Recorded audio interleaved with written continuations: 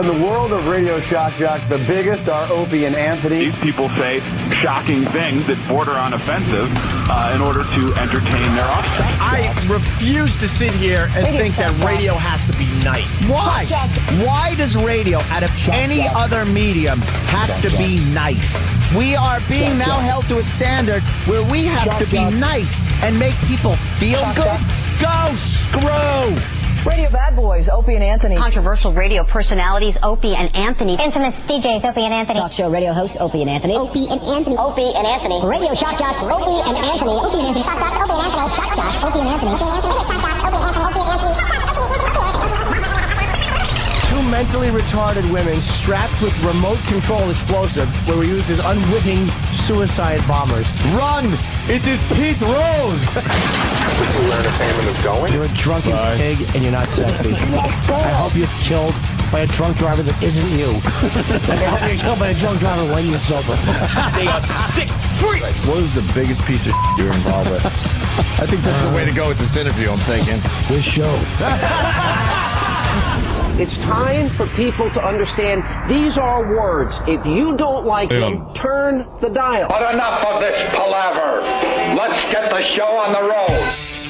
Let's get the show on the road. Yes, it's Whip 'em Out Wednesday, right, Anthony? Yes, it is. Wow. Wow. Whip 'em out Wednesday. Wow. You put a wow on your vehicle, you drive around, and the girl feels so inclined, she might just flash you. That's right. We're talking to We're talking to some old friends in Cleveland. Now that we're on live in Cleveland. And, yes. And yes, Cleveland, we're still doing wow. Yeah. Like Anthony said, you get the wow sticker or homemade wow sign. You throw it on your vehicle. It supports the radio show. And also you might see some boobies as you're going to your miserable job. Exactly. I'm just glad that no one was injured yesterday. Injured during the screening of Semi-Pro. Yeah. You might remember we were leaving the show early yesterday because we went to see Will Ferrell's new movie, Semi-Pro. Yeah. Which was all right, by the way. We had a screening. Yeah. But, you might think a screening is us sitting in a room, maybe a couple other people, big comfy chairs, and a couple of people smoking cigars, looking, going, yeah, let's screen this. That's exactly what we did when we saw the Walk Hard movie. See? It was in one of these executive screening rooms. Yeah. The chairs, like the regular movie chair, these were twice as big, twice as comfy. They went all the way back. They're almost like sleeper seats. That's what I was expecting yesterday. And they had like fresh popcorn for everybody. Here's your fresh popcorn, a little drink. Enjoy. And there was maybe 25 people in the whole theater. I'd like to see that one day. So we, they just gave us the plug that we have to do today. Let me read this, Anthony. Watch Anthony start laughing. Uh-huh. Thank you to everyone for coming down to the Semi-Pro screening yesterday. If you missed it, be sure to check it out in theaters this Friday. Semi-Pro starring Will Ferrell, putting the funk into the dunk. Mm-hmm. And Will Ferrell, I believe, is calling the radio show today. Ooh. Because I think he heard of our plight yesterday. So instead of the special screening room that we just described to you guys and gals, we get in a van yesterday after the show and we start driving toward Times Square. Yeah. And Times Square, for the people that don't know, is a really lovely place nowadays. It's like Disneyland. It really is. They've really cleaned it up. But the outskirts of Times Square, not so good. Yeah. Not so good. We pull up to this theater that is very, very close to the Port Authority.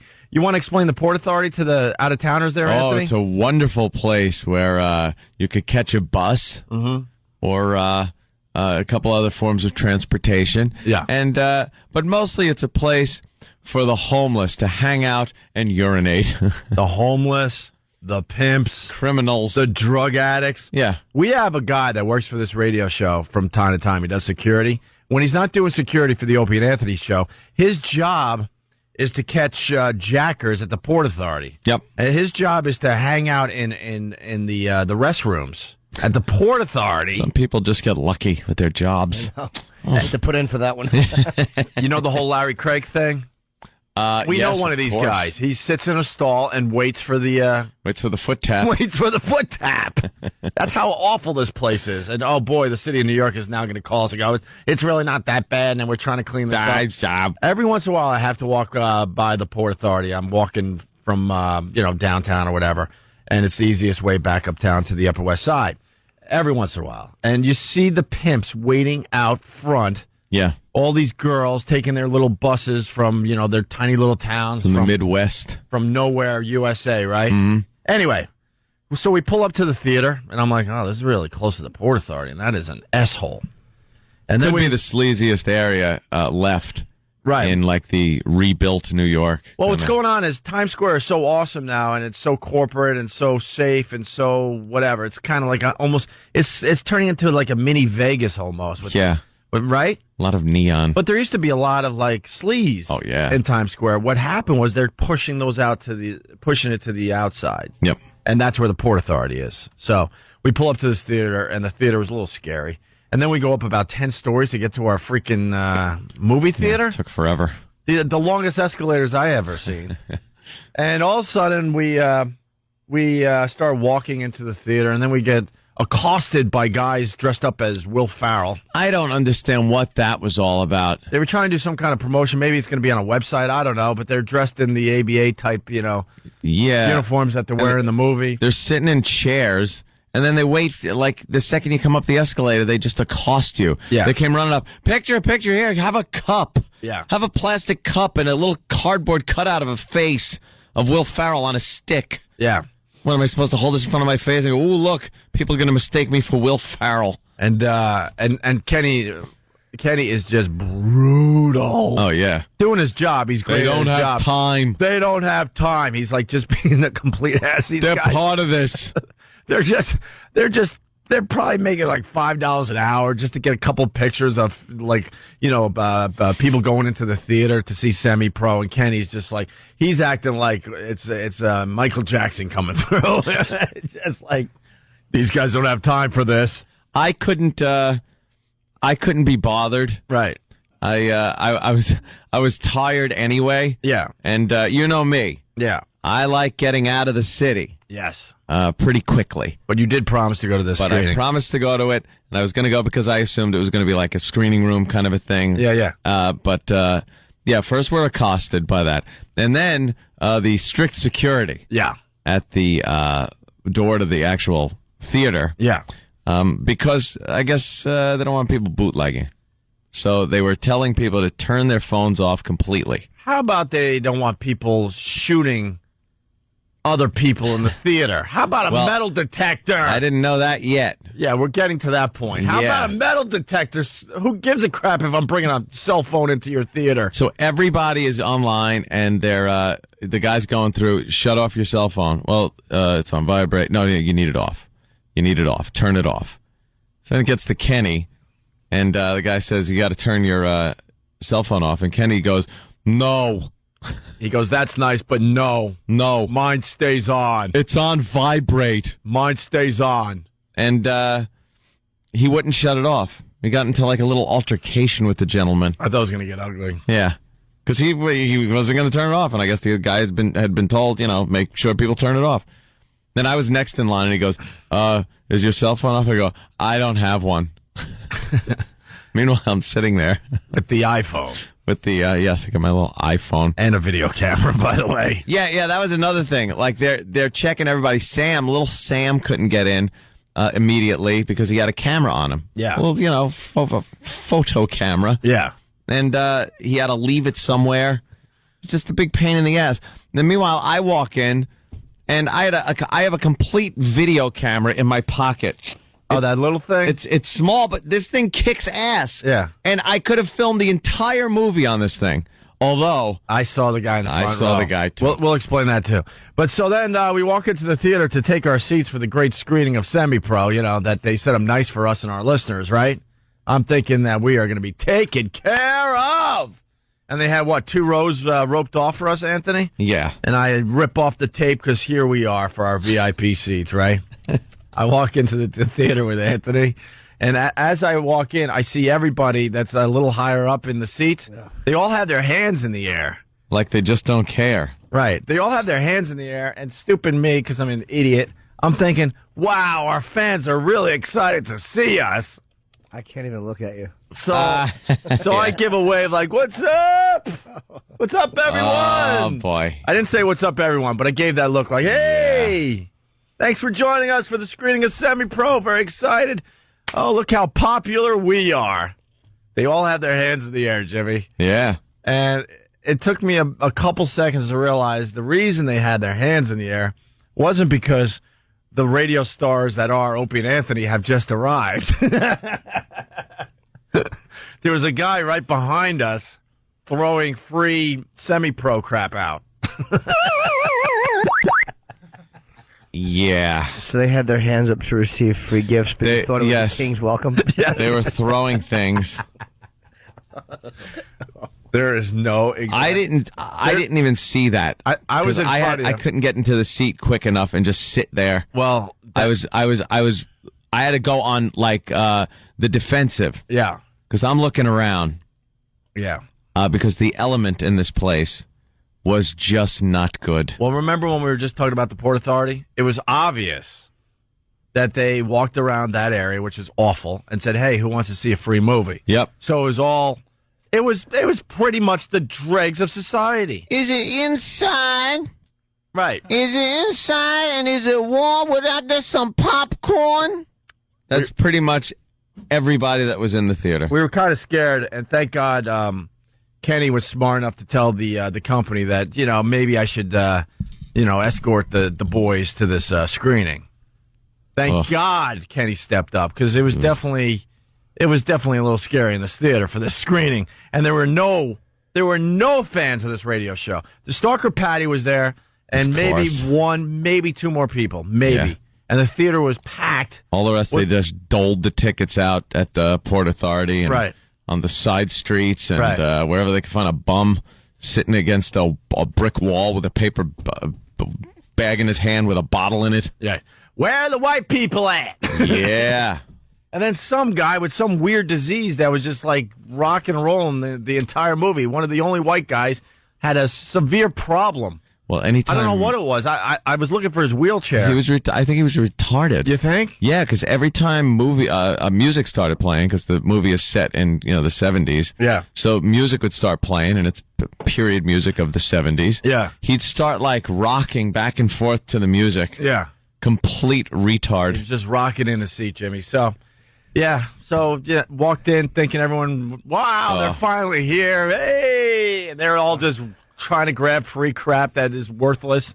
I couldn't sit down fast enough, and you never saw my head for the rest of the movie. I just slumped down into my chair. I turned beet red. Were you embarrassed? Oh my God! It was so bad.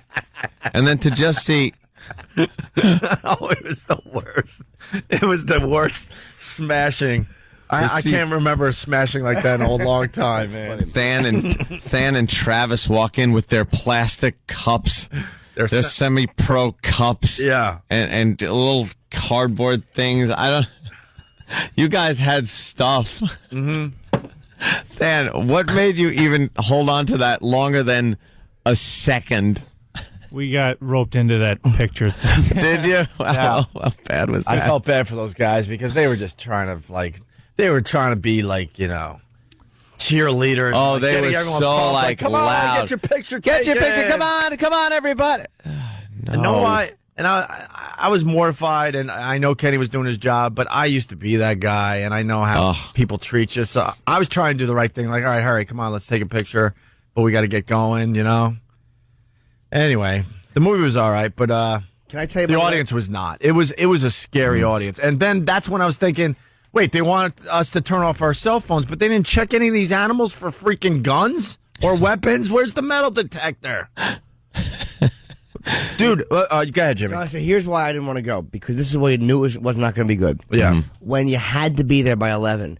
A private screening or something that was for a show, they should have done for 11:30 or noon. Right. But when it said, look, it's starting at 11, it's like, this is a predetermined thing. Yeah. We'd like you guys to be a part of it. Whether you're there or not, that's starting at 11. Yes. Yeah.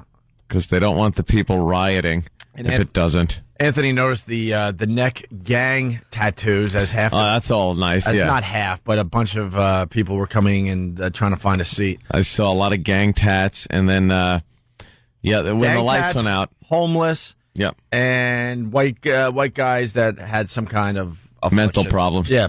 Saw the guy with the little telescope thing. He had a little infrared little scope. Yeah. And he was looking at the front of the theater the whole time at the seats, making sure nobody was bootlegging the movie. What do you have, like a night vision? Yeah, so you could pick up any kind of Yeah, but he was All right. light on the camera. I was thinking about that, though. What a dummy, because he only stayed on one side of the theater. So I'm thinking if I'm Mr. Bootlegger, dude, I'm going to, like, move my apparatus to the left side of me and block it with a coat or something, and I'm good to go. Because he had a little red light on the thing, which made everyone go, what's going on at the front of the theater? Yeah. What does that guy got? You know, that doesn't stop the bootleggers. It makes them think of a new way to do it. He should have kept moving from side to side is what I'm saying. Yeah, I checking guess I out didn't the whole want to theater. cross in front of people. But, yeah, that guy, I was looking and going, I got a video camera on me. I Yeah. could probably just tape it. Yeah. Although, I wouldn't want to. Yeah, It's not like one of those movies that really I wanted to bootleg. Yeah, it was And anyway, you would have caught part of the movie. Then the camera, if I was bootlegging it, would have tipped over while I was sleeping. Yeah. And then it would have come back up for the end. Did you catch a few Z's? Oh, boy, I did was, Anthony. I was a little tired. And I'm watching the movie, and then the next thing I know, I'm waking up, and it's pretty much over. The movie's over. I was like, ooh, when did I fall asleep? I guess it was well before this. Well, I could call my girl and she'll tell me because I think you were sleeping on her shoulder at one point. Oh my God. I kind of leaned over a little my bit. God. How tired were you? I was leaning over a little bit. Pretty much drooling on my chick. I was sleepy. That's why I go home. I go home for a nappy. The sales guy for the station here in New York, he showed up and I could see it on his face. He's like, I don't know what happened here. Sorry, guys. Wow. Look. You can leave if you want. Chief, my kids were in that movie theater, too. It should have been a private screening. They should have had maybe. Yeah, I know of course. Andre came on yesterday. That was very cool. But Yeah. I was so bothered that they didn't give us Will or Woody Harrelson. Yeah. It probably had nothing to do with them. It was the people that rep them. Yeah, I'm sure. On the show. I'm sure. It's coming in a lot. Opie waves and got a big not you. There's nothing worse. I can't. As you're telling me that, I can't picture anything more horrendous than seeing the merch man behind you. I'm just walking in, giving the big wave, like, hey! Yeah, guys. Wow, they don't look Long like time our... no see. We haven't been out in public in a while. They really don't look like our listeners, but I waving. I figured it out quick, but unfortunately, I did have the hand up, and I was like doing the big hey. It'd have been good if one of the guys would have tossed something into your hand, just thrown a T-shirt at you or something. And people just will get any crap if it's free. Because there were people leaning over. You know when someone's giving away, like, bread out of a UN truck in a refugee line? Yeah. And everybody gets together and their hands are all up? That's what it looked like. Only they were giving out this little 8x10 flimsy piece of cardboard with the movie logo on it. Like, what are you going to do with that? One of those hit me in the leg from behind me.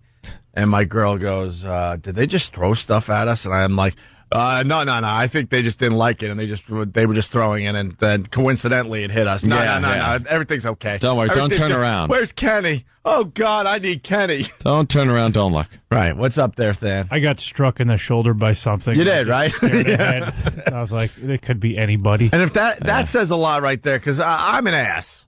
But Than could certainly defend himself. Oh, and if he's not turning around, if that doesn't give you a nice image of what we were dealing with yesterday. You didn't even turn around at all, right? And No, this thing I hit you. Torn apart by zombies. Yeah. Just handled. It was just an awful experience. Yeah. Horrid. This is one of the bigger radio shows in the country. We still How get about treated like crap. How about a screening without people who go to the bathroom before they remove their clothes? All right, if you don't want, if Woody Harrelson's not going to be there, give him a little talk beforehand. Right. I can accept that. Yeah. But how about no one who goes to the bathroom on themselves? Yeah, we don't ask for much, right? Oh, and there were so many of those people that would absolutely go to the bathroom on Of themselves. course they would. That's why they were in the theater for. It's like a giant porta-john. Yeah. It was. Yeah, they found a place to nap. And I must say, I don't remember seeing any corn dogs. No corn dogs. Yeah. What happened there? Some kind of health department code? I don't know. Homeless guys probably ate them. Oh, they probably did real quick. Yeah. I want another corn dog.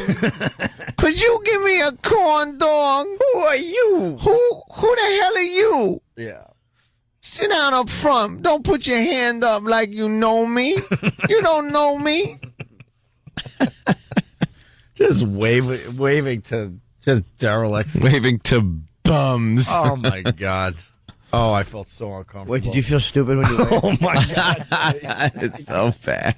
Like, just ask me all day. Wait, like the tingle? The scalp tingle? Oh, You're like, yeah. What would future Opie do if he saw that Opie waving to a crowd of homeless people? Yeah, I wish I could go back in time now and just slap him in the face and go, don't be so stupid. Just take your seat, idiot. Yeah, just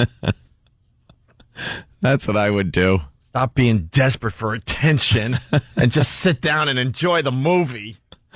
The old Opie would walk the new Opie, and when the new Opie went to turn around and wave, the other, you know how you guide a child by its shoulders? Yeah. The future Opie would just hold you by your shoulders. Don't turn around. And just don't sit. Trust me on this. See that? See the merch man? No, but I have to. No, you don't trust me. I'm from the future. Don't turn I know around. how this ends. They're not here for you. It ends very embarrassingly. They're not here for you. And then Stalker Patty. Yip, yip, yip, yip, yip, yip, yip, yip, yip, yip, yip. Oh, it was a good She movie. took the escalator down right behind us, and I'm serious. It was about 4 or 5 stories up, this movie theater. So these escalators just went on and on and on. And she didn't stop talking from the top all the way to the street. Yip, yip, yip, yip, yip, yip, yip, yip, yip, yip, yip, yip. I ran out of there. Yip, yip, yip, yip, yip, yip. Did she like the movie? Yeah, I thought it was very funny. Usually I don't like sports movies. It's a sports movie. Shut up. It's not a sports movie. It's a comedy. Did the crowd like it? Were they laughing? Yeah. Yeah, there were some laughs. Yeah. Definitely. How was Andre? He was good. Yeah. He was the star of the movie, basically. Well, one of the stars, sure. All right, we're going to take a quick break here. That's our that's our experience at the semi-pro screening. I want to thank this fine radio station in New York City for putting us in harm's way yesterday. And then at one point, Roland comes walking in, and Opie starts gesturing. Roland, over here. There's a seat next to Anthony. And he goes in the aisle, and I look at him and I go, sit there and I'll kill you. I will kill you. We're not. I'm in no mood for anyone responsible for getting me into this position. Leave. I was getting some big laughs because just every once in a while before the movie started, I would just go, Earl! Oh, yeah. There were about 3 or 4 versions of Earl there. Easily. That were like spitting images. Yeah, and I'm just yelling, Earl, what's up? So you went to one on the 42nd Street and 9th Avenue. Yeah, it was That's right. Where they had. Those are gang theaters. Yeah. One has one gang, and that's why there's one right across the street, because the other gang goes there. Oh. That's why there's 2 Are movie you theaters. kidding me? That's lovely. A guy who works in a task force on 42nd Street told me that's why there's guys in blue that will go to one and guys in red that will go to the other one. So Well, we That's saw. nice. I think we saw the guys in red. Yeah. yeah. A lot of tattoo teardrops. Yeah. So a lot of neck tattoos with initials. I don't get scared often. I was a bit scared I yesterday. would never go to one of those. I was a bit scared. I'm gonna be honest with everybody. I was a little nervous. But Kenny was just like, wow, Very vigilant. intense. He wouldn't even sit. He wouldn't even look at the movie. He was looking at us watch the movie for 2 hours straight. Yeah. I don't even know why we stayed, because we're good effing radio guys. I would have left if I hadn't fallen asleep. And I would have followed you out at that point. That's gang theaters that they had you. Oh, Yeah, great. of course. Thanks. Of course. Thanks for putting us in the gang theater. Yeah. Wonderful. Why else would they have one right across the street? Doesn't it Yeah. strike you as odd that there's one theater, and if you look out the window, oh, there's the other one. Yeah, why would they do that if not to separate the gangs? Yeah. And then they get mad if we Oh, my trash God. the station or the company, but come on. Do you understand what you're doing? You put us in harm's way Hook us yesterday up. for a dumb promotion. The movie was good, but come on. Do it right next time. Find a white theater. Hate to be like that, but we're in a white neighborhood. And the street team, I noticed, they were acting like corrections officers more than a street team. You know, street teams, usually they get out there and they're all smiles. They're and, all rah, rah, rah. Yeah, throwing out shirts and stuff and giving things away. These guys are like, all right, take it. Yeah. Here. Yeah. Lock down. Move along. Open 3. Right.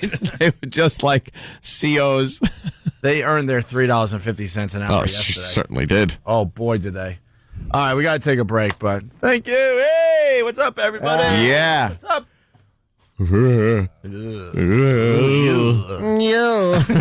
Embarrassing. Hey, it's Whip 'em Out Wednesday on the Opie and Anthony Show. Hey, good morning to everybody. What's up, Cleveland?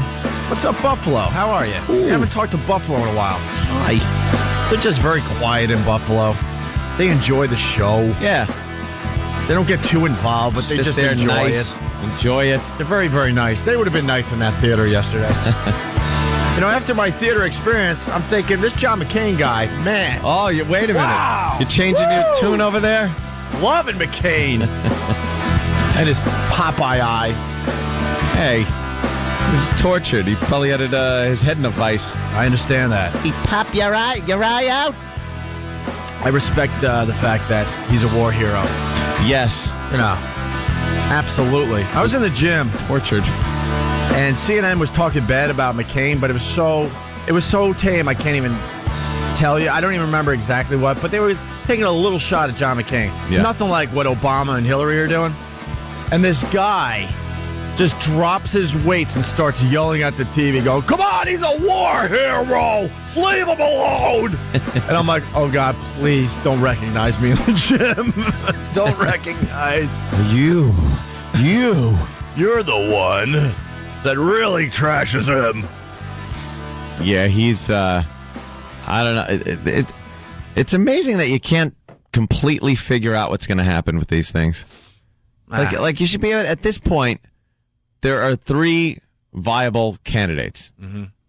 You should be able to absolutely know who's going to be president. No. You should. Not really. With the going through history and looking at who's won the presidency before. So you thought Clinton was going to be president before he was president? That came out of nowhere. People forget. No one knew who Clinton was. Once it was down to Clinton, and who was he running against? Bush? Bush. Yeah. Bush Sr. was supposed to win that. He was extremely popular at the end of his first term. Yeah, but his popularity took a dump before the election. At the worst time. Yes, I understand that. But he should have had a second term. He ran a bad campaign. He lost it rather than Clinton won it. Yeah. Clinton came out of nowhere. People forget. Like, it was almost like the Democrats threw Clinton, in there because they're like, well, Bush has got this. He's got a second term wrapped up. And then, wow, things drastically changed. Maybe in other elections, but I remember going, who is this Clinton guy? What is going on here? This is Bush's win. Yeah. Well, I don't know. It just seems to me like you should be able to go, it's going to be a landslide. And so you're not feeling good about your boy there, McCain? No, I am. I kind of have you don't think he's got faith up, or though. A complete lack of faith in the people in this country. I think they're still too scared. Yeah. I think people are still a little too scared. Yeah, all right. Well, vote for a woman or a minority as president. They had a debate in Cleveland. Yes, yesterday. These two are just debating all the time. I read someone's instant feedback, and he was very, very mad that we didn't take his phone call yesterday because he was gonna disrupt the debate yesterday in Cleveland. And he wanted to get on the air and I had no idea until after the show. I was just reading some feedback as we were getting ready to go home. And his feedback said, man, I had something for you guys. I was going to, disrupt the debate. And you guys didn't even put me on the air. Oh, really? And he goes, I had a sign that I was going to show in the middle of the debate. Still going to do it, by the way. Obviously he didn't because it would be headline news around the world. Of course. His sign said, I swear to you, the C word versus the N word. He wasn't going to do that. No. I swear to God, Jimmy. No, I believe you. It was on instant feedback, and the guy is so mad that we didn't take his phone call yesterday on this fine radio show. I'm like, what planet are you from? How is that good for our show? Yeah. Because they will blame us in the end. Yeah. Thanks. And you think that sign would have actually gotten in? I know. Not after the what does that mean? Rich thing. I bet you they're looking for signs left and right now, right? It's hysterical. All right. That would be really funny to see. Oh, my God, would that be hysterical? Does that say this? And who the what the? There's no how the what? The only thing we got. You want to do a little Hillary and Obama? I got one little thing. Yeah, let's hear because I love the boys this got phoniness. Together. I think it's Sam. Hillary just very annoyed. She's just annoyed in general. She knows she's done. She's been waiting her whole life to be president, and it's not going to happen.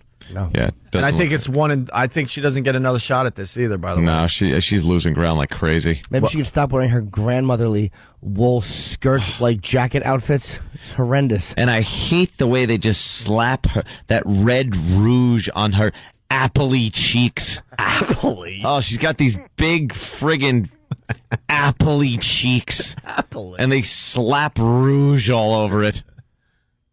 Like grandma. Appley. Yeah, you ever notice her? She got those like high cheekbone things, but that's usually an asset. Are they implants? I have no idea. Hey, the women are getting the cheek implants. Are they? That's one of the things they like to get done. Well, have the fat sucked out of her ankles and injected into her cheeks. Yeah. Well, let's. It's a quick clip because we got to get into the Anthony prom date thing. I did extra work yesterday. I'm getting very excited about this promotion we were attempting to do. I wouldn't get too excited. Let's do the Hillary first. This is the only thing we got from last night. The Houston Chronicle has called it a big win for Texas, but Ohio Democratic Senator Brown, your colleagues in the Senate, has called it a job-killing trade agreement. Senator Clinton, you've campaigned in South Texas. You've campaigned here in Ohio. Who's right? Well, can I just point out that in the last several debates, I seem to get the first question all the time. And I don't mind. I'll be happy to field them, but I do find it curious. And if anybody saw Saturday Night Live, maybe we should ask Barack if he's comfortable and needs another pillow. I just find it kind of curious that I keep getting the first question on all of these issues, but I'm happy to answer it. Why is she watching Saturday Night Live? Yeah. Exactly. And Hillary, you might want to say that before the debate. You see, you don't want to complain about going first. Right. What do you want, last upsies? Yeah. Stupid. This is not. I think if you're making good points, it doesn't matter if you go first or second. Are you allowed to do that before, behind the scenes? Are you allowed to call last upsies just before it starts? I call last upsies. Last upsies. We were on the way over. Senator Obama got in the front seat when I had specifically yelled shotgun in the lobby. At which point she was tackled by Secret Service. The SNL thing she's talking about, we got that. It's oh, really? Yeah, just a piece. And our first question is for Senator Obama from Jorge Ramos. Senator Obama, are you comfortable? Is there anything we can get for you? No, thank you. I'm fine. John King, a follow-up? Senator Obama, a minute ago, Jorge Ramos asked if there was anything we could get you, and you said, quote, "No, thank you, I'm fine." My question is, are you sure? Because it's really no trouble. I am quite sure. Thank you, though. Wow. Uncomfortable laughter from the audience. Anyone else hear that? I guess we're supposed to laugh here. Yeah. Hillary is a little upset because she's losing. That's what it is. Yeah. So she's gonna bitch and complain. She's thrown in the kitchen sink. They're mentioning that a lot in these articles. She's grabbing at straws, as they say. All right, enough of that. Who cares? We got more important business are here. People saying she won or no? Or he won, bro? They're saying their debates really aren't even getting a clear-cut winner anymore. They're just these kind of niceties. They're really not taking huge jabs at each other. I think they don't want to divide up the party, so they're being kind of nice to each other. They said they were comparing their records and saying that they were very similar on a lot of things, and Well, yeah. It's a bunch of crap. I don't really know who won. And look at why did Obama have to denounce Farrakhan's support? You know, it's like, why can't he accept the support of Farrakhan? Because of people like Anthony. You heard Anthony ranting 2 days ago. Like, well, that's the guy you want. Yeah. Farrakhan supporting him. Yeah. You want a guy that Farrakhan supports? Jimmy, you were sitting right here, and Anthony went off on that whole thing. Like, here's your boy, Obama. There he is. He liked it, and I never used that word to describe him. Boy. I never said that. But you don't want Farrakhan supporting your guy. That's what the guy's insane. Yeah. And so Obama's got to get out there and say, hey, I denounced this guy. I can't keep anybody from supporting me or liking me, he said. But that's it. Yeah. Oh, look at her in the grandmotherly. So some people are saying that the C won. C wins. I don't know. You got to give it to the N. Oh, my God. N versus C. All right, listen. Let's, what? Need to fix? Why? I want to change the contact info on it. Yeah, but we're ready to do this, Steve. What are you going to do? I'm going to change the contact info. The contact info, like people are actually going to call in? Yeah, do you think people are actually going to... We wanted to put the number. Remember how we wanted to use the FU line as the number? Yeah. I want to put All that right, why don't you stand close and then tag it? Yeah, you'll tag it and go, well, you know what you just heard? Well, we got to change something. Because this is what we had planned for right now. We're trying to get Anthony a prom date, and I did some extra work yesterday. I don't see it working. Well, let me play what Tim put together. Well, maybe this is a little more mainstream then? Yeah. All right. I'm Anthony Cumia, and I approve this message. Hey, it's Opie from the Opie and Anthony Show. By now, you probably know that Anthony is single. He broke up with his girl right around prom season. I think Anthony wants to go to a prom. Bring Anthony to your prom. We're looking for women out there that would consider taking Anthony to their prom. You can be Anthony's prom date. Send a picture to us. Where? I don't know, because I don't have, someone's email in front of me. But I think Voice Guy will tell you where to send your picture. That email address is promsearch@gmail.com. I think Anthony wants to go to a prom. Promsearch@gmail.com. Send your photos and tell us why you want to be Anthony's prom date. It's a prom date with Anthony. And please, be 18 or older. Thank you. Over and out. Gotta cut loose. Foot loose. Jesus. So, what has to be changed in that promo there, Steve? Please call 866-FU Line 1 if you're interested in being Anthony's prom date. That's 866-FU Line 1. Isn't it if you're interested? Line, right? Isn't it if you're interested in Anthony being your prom date and not being Anthony's prom date because it's not my prom? You say potato, I say potato. And you don't feel good about this this contest. I'm not really feeling it. I don't think anything's really going to come of it. Huh? I don't think anything's really going to come of it with some of the lewd descriptions of what is required of some of these young ladies. But we adjusted it a bit. Really? The only thing we can't budge on, we have to say it again, right, Jimmy? I mean, if you're going to have Anthony as your prom date, you have to put out. That's Absolutely. the only thing. Everything else, we'll work around. See, that seems to be the part that I don't think is going to work very Jimmy well. Suggests that you don't go to the prom, that you just stay in the parents' driveway as you're picking her up and do what you have to do. All right, maybe you have to actually go to the prom for a dance or two. All right? But the girl has to put out. But see, that could be the problem when I come up to the house and mom and dad are there. Yeah. And they kind of know that the contest, one of the prerequisites there was that their daughter, how you say, puts out. Well, you know, that might be a problem with the dad. That has a lot of, or mom. What's the definition of putting out for a younger lady? It might just be like, honk, honk. That might be the definition. Do you even think copping a feel is something that the parents would be good with? Well, yes. I know the girls these days, they don't think, is actual sex, So that's a guarantee. You're going to get some of that. What's the problem, Anthony? I don't know. I don't think it'll... Why don't you at least have an open mind and see if anybody actually calls the FU line and leaves their info? I mean, every time we mention this, the phones start lighting up. Oh, yes, they do. Unfortunately, it's a lot of guys that... A lot of guys are calling that they would never allow me in their house. Yeah. I don't know. I just don't think the description is very nice. I could probably go and have a lovely time. Well, what's the problem with this? I think the deal breaker that you're saying is a little too rough. Now, how about this? Not only do they have to put out, it has to be in one of 3 ways that you see fit, and you have to be older than the parents. You have to be older than the parents. Yeah, I think that's part of the, they have to show ID proving they're younger than you by at least 6 weeks. All right, I think that's by fair. at least 6 weeks. I think that's fair. Yeah.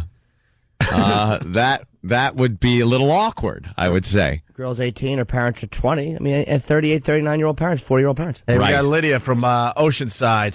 Hate her voice. Hi, Lydia. How are you? I'm excellent, thank you. How are you all? Good. What do you got today? Good. I wanted to let you know that when I'm not doing a private practice in the evening, I work in a school.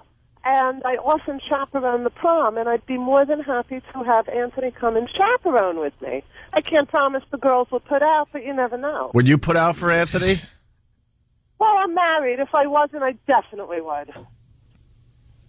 Ant? Connection's bad. Ant? Phone. No, it's perfect. No, connection's bad. Hey, Lydia, how awful are you in the looks department? Oh, I'm not awful at all. I'm quite attractive. Really? You sound like you would be just horrendous. Doesn't she? I just picture just in the voice, a train wreck of a face. You don't know. Can we see a picture of you, Lydia? Yeah, we need to see a picture of you. Okay, I could probably send you guys a picture. All right, send a picture. Mm-hmm. How you gonna do that? Yeah. I don't know. You tell me. Are you part of my yuck? No, I don't have a MySpace. Ugh, book. Yeah, part of ugh book. Right. Sorry, I just said exactly what you did, Ed. It's the older people's version. She's on mymenopause.com. Crying woman with a profile. Well, that part is true. Today's mood, hot flashes. Feels fat. Is fat. You guys missed it. She said that's actually true. You're going through the menopause, Lydia? No, I was just joking. You were joking. Die. I gotcha. Oh. Let's go to Bill in Pennsylvania. Bill, what's up? Bill sounds like a guy's name. Yeah. Maybe it's Billy. Billy. With an I. Billy. What's up, Bill? Hey, what's up, guys? Hey. Oh. Hi, Jimmy. Hello, Bill. Oh. Hey, listen, all right, Jimmy, better? How about you just say what you wanted to say? Jesus. I just wanted to say hi. You know, I was feeling lonely and driving, and, you know. All right, we're going to take another break. Click. One more bad call. We take the phones out of the mix today. That's what we do. Phone number 877-212-0&A. When we get back, anyone watching this Moment of Truth? No. A couple here in New York getting huge headlines because this woman went on Moment of Truth and pretty much ruined her marriage just to try to get the money. Fessed up to some stuff. It's amazing. It's a lovely culture. We got the audio. We'll play it next. It's Opie and Anthony. But I'm too negative. Stay there.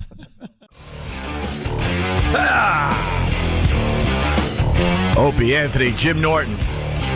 Jim Norton's going to be in Cleveland this weekend, folks. Yes, this Friday at the House of Blues. Both shows are sold out. Of course they are. But, you know, considering that the show is terrible in Cleveland, according to Benjamin Bornstein. I mean Maxwell. Sorry, Rockstar. Sorry. Benjamin Bornstein. Sorry, midget with the beer belly. Yeah, a little short, fat man. I apologize. I didn't mean to look at your non-Rockstar name. Did Bubba make you pick? Take Maxwell. Okay. So yeah, I'll be there Friday night. Not funny. Not funny. The guy's not funny. Not funny. He talks in his real voice. We got to communicate, too, that he spent a long time on the show again on us, and he wants to punch us in the face now. What happened, Benny? I guess Maxwell wants to punch us in the face. Yeah, does he? Will Benjamin Bornstein or Maxwell be doing the punching? Which one? Jesus. It would have to be Maxwell. Oh, Maxwell, because he's the tough guy? This is what I'm going to do. Shut up. I'm in Cleveland every once in a while. The next time I go to Cleveland, which could be sooner than later, Oh, what does that mean? I'm going to have my entire schedule posted on the internet so Maxwell could find me and try to punch me in the face. Ooh. You doing stand-up? I'm scared of semi-pro screenings. I'm not scared of Maxwell's. Stupid Maxwell. How about this? There's a million Maxwells out there in radio. Ooh, I'm going to punch you in the face. Are you? Well, I'm going to tell you where I'm going to be. Let's see it happen. I'll leave your name at the door. Ooh. Yes. I'll leave 2 tickets under Bornstein and 2 under Maxwell. You come as whoever you want to be that night. Whatever douche you are that day. Whatever costume you want to put on, sweetie, you put it on, and you can come to the show. Not funny. Yeah, I'm just going to go and watch. I mean, hey. Yeah. Is he going to go as Superman or Clark Kent? Which one do you think, Jimmy? You can go and just watch as the crowd sits there and just doesn't laugh at all. Yeah. Right? Because that's what happens at Jimmy's shows. Yeah. What a douche. Go to Jimmy's show, brave man. Go to Jimmy's show. And punch him in the face.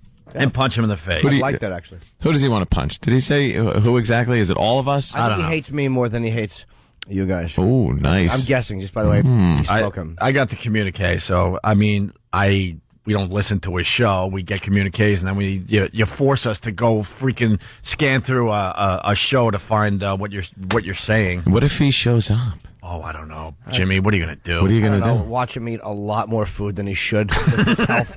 Who cares? Punch him in the face. I'm 39 years old. You really want to beat people up for that? So why don't you just do this? Use your real voice and be funny. Just do that. You know, I could do anything I want these days. Yeah. I should fly over to Cleveland. Yeah. And join Jimmy just in case Maxwell shows up. Then I'll have 2 people to punch. I would like that a lot, actually, if you came. Really? I have a mouthful of melon. I think you should go. I could do whatever I want. It's a little. I'm a free man. How do you fly there? Continental it's a free country. Still? Yes. We did Continental a few times. I think JetBlue. Yeah. Does JetBlue go to Cleveland nowadays? I don't know. I'm not sure either. They needed the money. All right. Well, maybe we should just stay home because we're scared. Oh, yeah. We're scared. Petrified. Not funny. Not funny. Benjamin. And punt. I'm gonna. Next time I see them, I'm gonna punch him in the face. Are you? And punt. Are you really? Go F yourself, little boy. That's right. You're a little. What's the matter? You're a little boy. What's the matter? The listeners getting to you a little bit? What's the matter? The listeners getting to you? Let me tell you something. I ain't heard one Benny Bornstein or Maxwell fan or anything call this program and give us any crap. And you want to know another piece of the puzzle? I was saving this one, Maxwell, but you might want to talk to your bosses. Oh. You might want to talk to your bosses and ask them who they were trying to contact because they heard that someone's contract might be coming up soon. Oh. Let's see if they're honest with you, Maxwell. Benjamin. That's your homework assignment today. Go talk to your bosses and ask them, and let's see if they're honest with you. Yeah. Who they were trying to contact because their contracts are coming up soon. Okay? Right. Benjamin. There you go, Benjamin. He's on 3 to 7 in Cleveland. The number's 1-800-348-1007. So maybe you're a fan of Maxwell and you want to call and tell him you're a fan. Okay, fine. Call and tell him you're a fan. Have that little sit down with the bosses. Let's see if they're going to be honest with you. Hey, we're going to move on with our radio show. We got Moment of Truth. This is a big story, especially here in New York, because the couple was from New York. It's like, I think it's on like page 3 of the papers today. Young couple, they go on this Moment of Truth. I tried this Moment of Truth. I tried to watch it. I was bored. Yeah. Especially when I found out that the questions they ask on this TV show, they ask ahead of time. Yeah, beforehand. There's no lie detector happening at that moment. They already did the lie detector backstage as they ask these questions. So as they're sitting in the hot seat, they already know what the questions are going to be asked. And the answers what questions and are everything. Be asked. Yeah. Right. So I think everybody knew that, and it made for a dull show, so they needed something to spice it up, and I guess this was it. Right. I wonder if this couple, by the way, this married couple that this happened to now, I wonder if they're in on it, if there's a contract thing that says you can't talk about it. Maybe. So they have to play along. You never know. You know, this just a big blurred line now between everything. What used to be reality shows and game shows Now you don't know what's what. There used to be like strict rules to game shows. Yeah. You couldn't do this or that, or you get in trouble with the.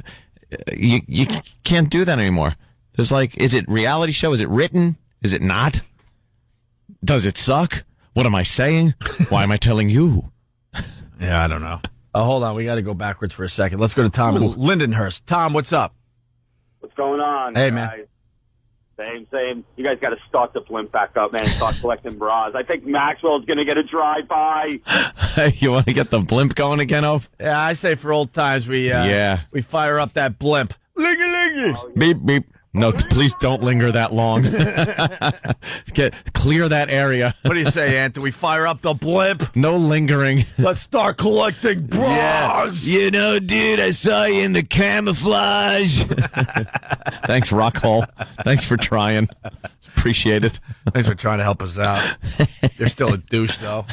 Hey, so moment of truth. It's a young married couple from New York City. She's a hot blonde, and the guy is pretty much just a douchey little guy that just sat there, according to Travis, and took this whole thing.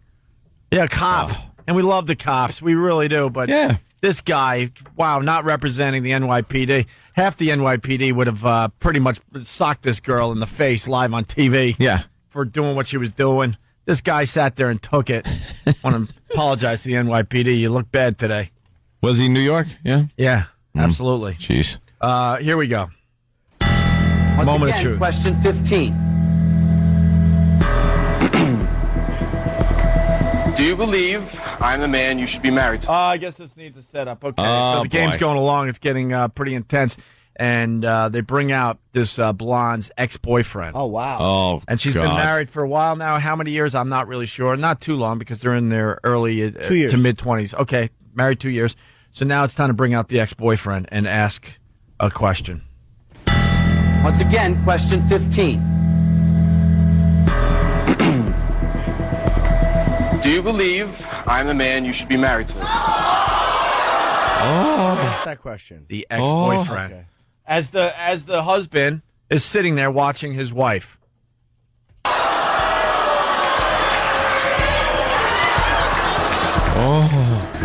wow. I'm going to be honest and say yes. Oh. Damn! You just been pwned.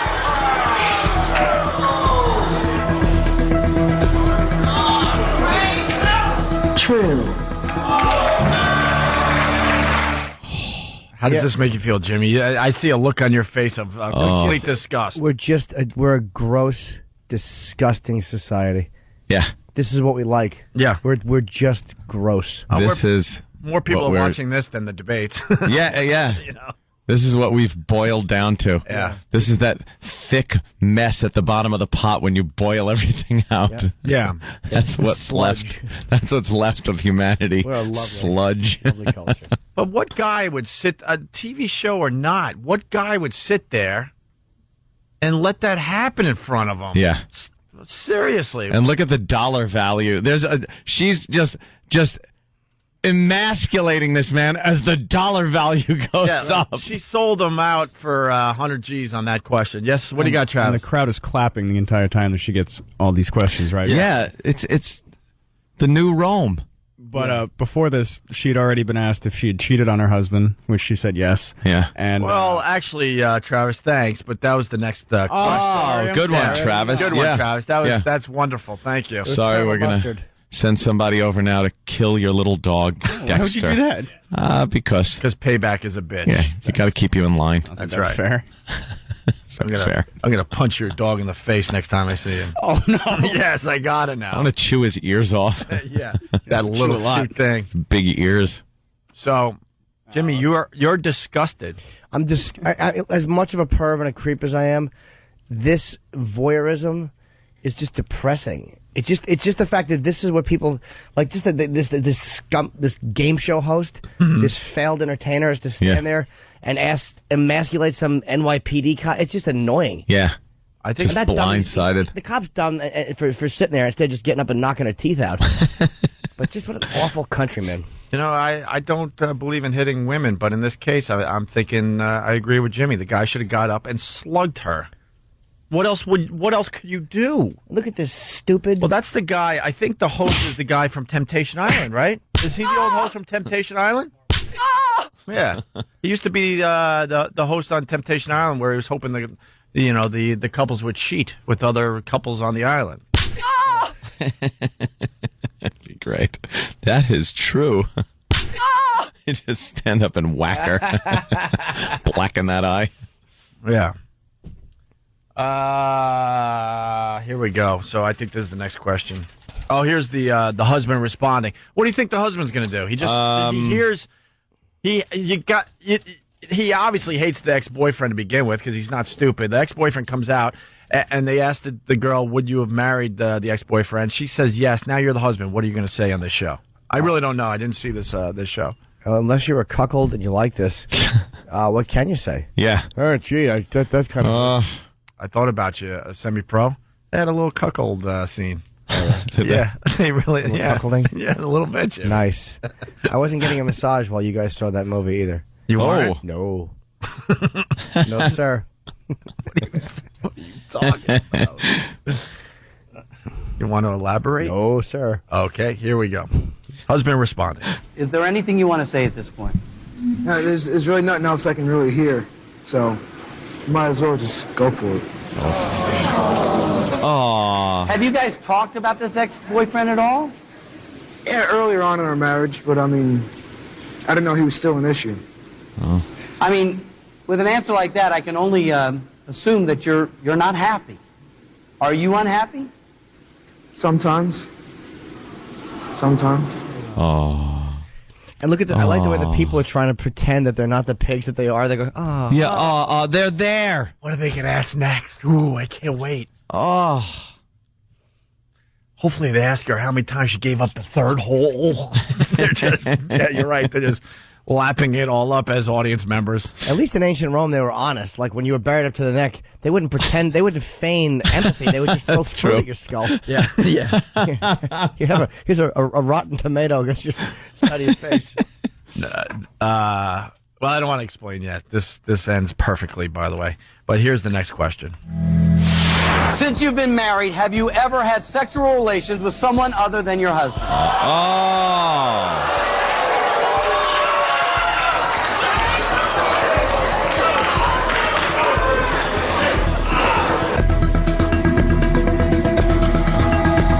I'm going to have to say yes. Oh. That answer is true. Why are they clapping? Why? Who's clapping at that? The whole audience is clapping. Yeah. This is still a game show, everybody. Come on. Yeah. Clap. They're clapping. The music. Yeah. Yeah. Music. Dong. And the guy is sitting there just taking it. How desperate are you for fame? Oh. Bad news for the country. You just see like why we're hated around the world. That's who we are. Yeah. This is us. This is our. Oh God. You know, and if it was a good show, I would be right there watching it. It's just an awful show. Yeah, it's not even entertaining. It really is. I'm not gonna sit here and be Mr. Innocent here. I would watch something like this, no problem. But they try to do it in such a way that it's kind of safe, and they don't actually have the lie detector hooked up to the person. Mm-hmm. It's all predetermined and all that crap. There's the new show about infidelity. It's called Smell My Finger. Tuesdays on Fox. Five of the wife's friends come in, and she has to be blindfolded to guess which one the husband was out with. The only problem I have with this show, or this particular show we're listening to, is that the husband, is just sitting there taking this. Yeah. I mean... You're not a man. You can act like a man. You're not a man. Unbelievable. Fancy talk for a whore. 2 more gets you $200,000. But be careful. One mistake, you lose it all. Are you feeling like you should go for it now? Yes. Okay. Now, before we play the rest of this clip, what's key to this story is the fact that the woman, after she was on the show, was interviewed, and she said that what the hell, I'm doing this for the money. Really? This is a nice payday. I'm That's doing good. this for the money. So I'm That's willing good. to say, to expose who I am as a person, Mhm. so I could walk away with a boatload of cash. That's got to be nice for the husband when he goes into the station house. Oh, yeah. Hey, did you see the TV show? He was probably telling everybody, hey, I'm going to be on TV. Oh, great. Do you think they watched? Walks in there. Oh, how embarrassing. The LA cops with Rodney King were happier about their TV appearance than this guy. Yeah, no kidding. Question 17. Do you think you're a good person? Jimmy, you all right? What happened? Just a really good question. It's a good follow-up. It's wonderful, right? Is it wrong to steal cookies? What?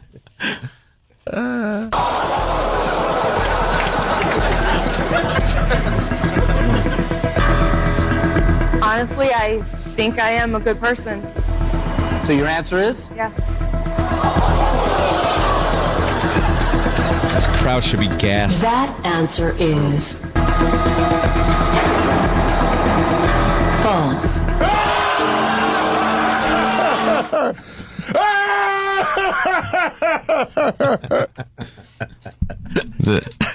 She loses all the money on that question. Let's say hi to Mike in Philly. Mike, what's up? What's going on, guys? Hey. Oh, if you were just saying how the guy just sits there and takes it, yeah, and you would never be able to do that. At the end of the clip, he goes up and hugs her and like kind of consoles her. Yeah. It's unbelievable. Yeah. Consoles her? Wouldn't you just, wouldn't you, at the very least, just walk out? Or say the Yeah. At the very least, this is going on in your relationship. Wouldn't you just walk out? Absolutely. Why would you sit there? There's nothing in the rules that say that the guy has to sit there and take it. Oh, here's the clip. Look. They all applaud at the end. And they're hugging. And this is the last clip of the show. Lauren, I am so sorry. Why do you think this came up as a lie for you when I asked you, do you think you're a good person? Because even after everything that I have done, stealing the money and everything, I think that I've become a better person. That's why I think I am a good person. Oh, so you're a piece of Yeah, crap. it came up as a lie, which means that somewhere in you, you haven't forgiven yourself. It's an old boyfriend. Somewhere, your truth is that you don't think you're a good person at all. Why don't you go out and hang out with your family? And I thank you very much, Lauren, for being on the show. This host. Mark Wahlberg is the worst. Smarmy ass. This guy's been around, just kicking around forever. His arm should be ripped off in some sort of a farming accident. Yeah. Let's get him on the In show. a combine. With that stupid suit just dangling. Give me an interview with Mark Wahlberg. And not the good one. Not Dirk. Not Dirk, right. This clown. Let's get him on the show. You know what? We're a pretty honest show. Sure. I believe we're more honest than any other radio show out there. Mm-hmm. We're not perfect. We understand that. Curtis Nunn writes from Atlanta. Yes, this game show is so despicable. Why are you playing the audio? Oh, well. Because we're bigger pigs than they are, sir. Exactly. Call this out, and we'll acknowledge you have a fine instant feedback there, sir. There's no illusions with this program, sir. No. We're not trying to pawn ourselves off as some help show or, we know we're scum. That show should put a "we're scum" disclaimer in front of it. Yeah. By the way, some people might laugh because I was Spuds Buckley back in the day. Well, this Mark Wahlberg used to be a singing waiter. Oh, did he? Yeah. And that instant feedback reminds me of something that's going on in the New York paper as well today. There is, on page 3 of the Daily News, they got a picture of John Gotti. Oh, I know. Oof. And the family very, very pissed off that this picture was released onto a website, I guess. Cancer-ravaged John Gotti picture in the paper today. What I find really interesting is the headline. It says, "Families furious as dying Gotti pic hits the net." Mm-hmm. As the paper showing the picture. Yeah. And I would say to the Daily News today that I didn't even know this picture was on the internet, but I now know because you printed it in your dumb paper. You put the picture in the paper for more people to see than ever would have seen on the website. Exactly. And you're pretty much trashing the website for having the picture on their website. Mm-hmm. But you're showing the picture in the paper as you attempt to trash the website for having the picture up there. We're just insane. The media is insane. The same thing we just did. Oh, I know. That's why I went this direction, Jimmy. You're right. You're absolutely right. It's like the whole Janet Jackson thing again, the whole Imus thing. More people heard about Imus and saw the Janet Jackson thing because the mainstream media shoved it down our faces a million times after the incident.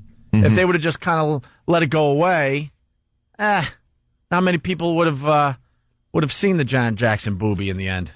Yeah. You know? And speaking of which, if you want to stop school shootings, yeah, here's a message to the media. Don't cover them, and it's going to go away. Oh, they can't. Don't cover them. Tell a tiger not to eat. You know, the last school shooting, we didn't even talk about it.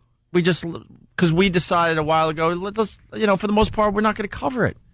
Yeah. You stop school shootings by stop covering it. Because they see You're all the glorifying publicity. it to the point where there's other dopes out there that are going to do the exact same thing. These lonely guys. These lonely guys that would have just walked in the woods somewhere and put a gun to their head now are going, wow, look at this. You're putting ideas in their head. How about this? Next time there's a school shooting, we'll only cover it with a song parody contest. Listen to this. The last photo of cancer-stricken mob boss John Gotti depicts a not-so-dapper Don, and its release left his spouse a less-than-merry widow. This is what the Daily News is saying, basically trashing the internet as they show the picture. The picture's right there for you to see. So, there you go. Yeah, that's a brave sight there. Putting that up. No kidding. Mm-hmm. John Gotti was a great man. Yikes. I hate the comparison. They put the two pictures together with the dapper Don when he's all dressed up in his friggin' expensive suits. And his dappery. His dappery. Yeah, his dappery. And then they put that picture up next to it. It's like, oh, oof. In prison. Yeah. He really is the movie type Godfather Don, Had that whole thing and then just dying in prison like that. Right. Let's say hi to Mark in Philly. Mark, what's up? Hey, guys. How you doing? Hey, good. What I think, from the moment of truth, the very worst part of that show was probably about 5 or 6 times, every time they came back to break, Mark Wahlberg, that scumbag, sat up there and said, oh, we shouldn't show this show. I don't think that the network should have shown the show, but they decided to show it. Oh, God. The network decided to show it. That's a bunch of horse crap, man. I mean, when we got a piece of, like, gold in front of us, we know how valuable that is. Yeah, run with it. But you're going to have a moral, like, angle to it as well. He knows how unbelievable that show was and that everyone was going to talk about it today. Stop being a phony. Exactly. Get him on our show. Let's see how brave Mark Wahlberg is. You gonna punch him in the face? He's a BS artist, man. He's it's like that's what's symptomatic. It's like everybody loves this stuff and likes the voyeurism and likes the negativity, but everybody pretends they don't. Right. It's like we're all just, that's what Americans do. We just deny what creeps we are. Yeah. See, that's why I don't think we'll ever, be on TV like this, because as the host, I would be sitting there going, isn't this awesome? She's a whore. This guy's sitting here taking it. Oh, my God. I wouldn't be able to help myself. And he's thinking the same thing, but he's playing the Hollywood part. I'd be like, wow, you're a slut. All right, next question. I love when they look concerned about It's all the people. fake. It's like, stop it. Let's go to Tammy in Phony. Maine. What's up? Hi, I just wanted to let you know that prior to that being aired, Mark Wahlberg came on and said that he strongly objected to that even being aired. However, they forced him to do it. Oh, yeah? Then leave the show. Exactly. Right. Don't do the show. Yeah. Yeah, Right. then quit. He wants fame so bad he would do that with a cancer patient. Yeah. That's dying. Too. That's right. And if He I would get a know that cancer girl kid wound up there dying, and have mommy admit all sorts of horrific things. Yeah, you have to get the audience guesses where the lump is. Right. Oh, If I God. saw that girl walking down the street, I'd punch her in the face myself. Yeah, she's no good, man. Thank you, No, Tammy. I agree. All right. You're welcome. And Adam in Jersey. Adam? Yeah, I just want to thank you guys for mentioning the Gotti story because I actually didn't hear anything about it.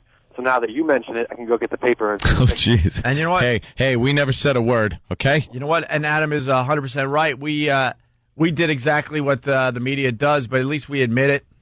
At least we admit it. So as long as we admit that we're scum, that's Well, okay. Well, the other news organizations would blame somebody else and go, "Oh, look at Yeah. this. Look what Imus did. Look what he did." Yeah. And then play the clip over and over again, and now you're turning this horrific clip onto tons of, millions of people that never heard the broadcast. I want to make sure we offend way more people than Imus did that day. Yeah. Can we do that? Imus has a small audience compared to what these network news programs have. Yeah. So they're actually the ones that are offending way more people in the end than the original broadcast. Always do a lot more damage than the original event, whatever it is. Right. All right, sir. Thank you. Sir. A lot of people saying that show is so fake, The Moment of Truth. It might be. That's what I was saying before. You can't tell anymore. It's so ridiculous. Maybe you got couples that are going to break up anyway or something. Is it a reality show or a game show? A game show? It's a game show. Well, then, aren't there rules to how you give money away on a game show? I'm not sure if it's, 1955 anymore. Yeah. Where you get in trouble for setting up game shows. But it doesn't seem to me like... Is it a reality show, which I think you can give money away because the people are being compensated for their involvement, or a game show where they actually have to do something to win a prize and follow certain rules? It was very, there was a very definite line there years ago. Can we get the written rules for that show? Is there a way the public has access to that or no? Do they have a disclaimer at the end that flies by at 8 billion miles an hour? I don't know. That if you freeze frame it, you could see that, contestants have been paid, they know in advance, blah, blah, blah. Let's get our boy on the show today, Richard Huff. He'd probably have some... he might have some see info. if Richard Huff has anything on Moment of Truth. We know a couple of guys at the Papers. She had sex with the ex-boyfriend. They'd love a story like that. Love a story like that. Dirty ex-boyfriend. His broken jaw. Talking between your teeth. Going out for Italian food with a broken jaw. Can't eat anything. Oh, God, that hero looks great. Jesus Christ, I can't eat anything. One piece of spaghetti, and I'll suck it through my teeth. How's the Italian food? Here, shut up, McCluskey. Yeah, just eat. The worst question you could possibly ask. It's great with the lead sauce you're going to have. Yeah. Hey, I want to see a new game show. Are you sluttier than my whore wife? Wow. I think they're working on it for Fox. It's going to be part of the new Sunday night lineup, I believe. Ready for a break? Sure. We got a nice peeping Tom story. And then Danny has a story about somebody peeping on him and his ex-girl. Yeah. As they were trying to have sex or something. So, you know what? We blew the whole voyeuristic thing yesterday because we had guys going, hey, when I was in college, I was in a fraternity. I watched, sorority girls shower. Remember yesterday? We were thinking that would have been a great, little break, a voyeuristic break we do every once in a while. Yeah. We got to get the women to call up. The women that know they're changing and showering in eyesight of somebody. Mm-hmm. That's how you do the bit. Get the hot-sounding girls on the phone talking about their boobies and stuff and lathering up. There's always a lot more of the other end of what we want to hear. I understand. It's some guy, hey, doesn't even know how to make it hot. No. Stand, morning, breakfast, nude, window. Right. All right, thanks for the call. We need the girls and he throws in the S-bomb or something, so we have to dump out of it anyway. We need the girls, kind of like the pictures we might have saw yesterday, of the girls that are aware that they're doing just that, changing in front of open windows. Never and stuff. happens. We go through a cornucopia of awful callers on a daily basis. We'll see. Just horrid. We'll see. We'll find out next. Steve is calling Richard Huff. Okay, we got lots of show to do. Opie and Anthony. Hey, good morning. Hope you're enjoying the festivities today. It's Opie and Anthony, Jim Norton. Jimmy's going to be in Cleveland. I am. And we have a... make sure Erin doesn't go anywhere from Boston. We want to talk to her. We got a fine story from Cleveland. One of those feel-good animal stories we like to do every once in a while on this show. What's the scoop? Well... Sorry, I just had a piece of melon in my mouth. Humane agent Sarah Westman's cell phone rang at 10 p.m. on January 10th. This is out of the Cleveland area, right? The Animal Protective League near blah, blah, had taken 4 starving and ill horses into protective custody from a boarding stable where 5 other horses were found dead, which is very tragic. I kind of remember this story. But they rescued 4. Uh-huh. Found 5 others that were dead. A foster home had been found for 2. Mm-hmm. Rescue Village immediately agreed to take the other 2 into our barn. Happy Trails Animal Sanctuary, a wonderful group, which we had helped out weeks earlier, offered their trailer to bring the horses up to Rescue Village. At midnight, the horses arrived. All right. Help is on the way. Nice. Opie, a 20-plus-year-old stallion, and Anthony, a 10-or-so-year-old gelding. Oh, damn. You're a gelding. Good. Want to be the gelding? These horses that were rescued, yes, were named Opie and Anthony.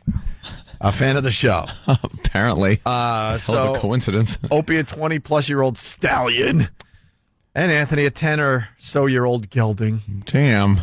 Were seen quickly by Dr. Megan Hora. Mm-hmm. Both horses were severely malnourished and neglected. And we learned that Opie had only a small chance of survival. Oh. And the ass on the horse actually waved to a bunch of people who had their hands up for merchandise. All right, Jimmy. I was very uncomfortable. Why do you keep bringing it up? I really thought they were waving at me. Calls for donations of funds and feed went out through the grapevines of compassion. By Friday afternoon, a wonderful vet, Dr. Pamela Hess, joined the medical care team. Saturday morning, a truckload of donated hay arrived for Opie and Anthony. That's nice. Tragically, Opie passed away on Sunday. Opie! Oh, no. In his stall at Rescue Village, unable to overcome the devastating effects of starvation and neglect. Wow. For Anthony, the outcome of this rescue is not yet written, but for now, his health is improving. Where was it? They starved. It was some dude who liked horses and liked the radio show and named his horses after us. And then let him starve. And then let him starve. Great. Kinda Thanks, jackass. Kind of like what we're doing to the listeners. Starving them slowly. Starving them of entertainment. Of entertainment value. Oh. Yeah, well. Oh, that's terrible. I like horses. I love horses. Let's say hi to Erin. She used to ride my little horse. Yeah? Yeah. And? I just put my little saddle on him and the bridle and ride him around. Mm-hmm. And it's very sad that horses that had our namesakes are in such bad shape. All the best to Anthony. I hope he does very well. Well, we'll be keeping track of Anthony. Is there anywhere I could help and donate? And we'll also be keeping track of this horse. I'd donate to Anthony. Stupid horses on Pal Talk all night. Drinking mash liquor.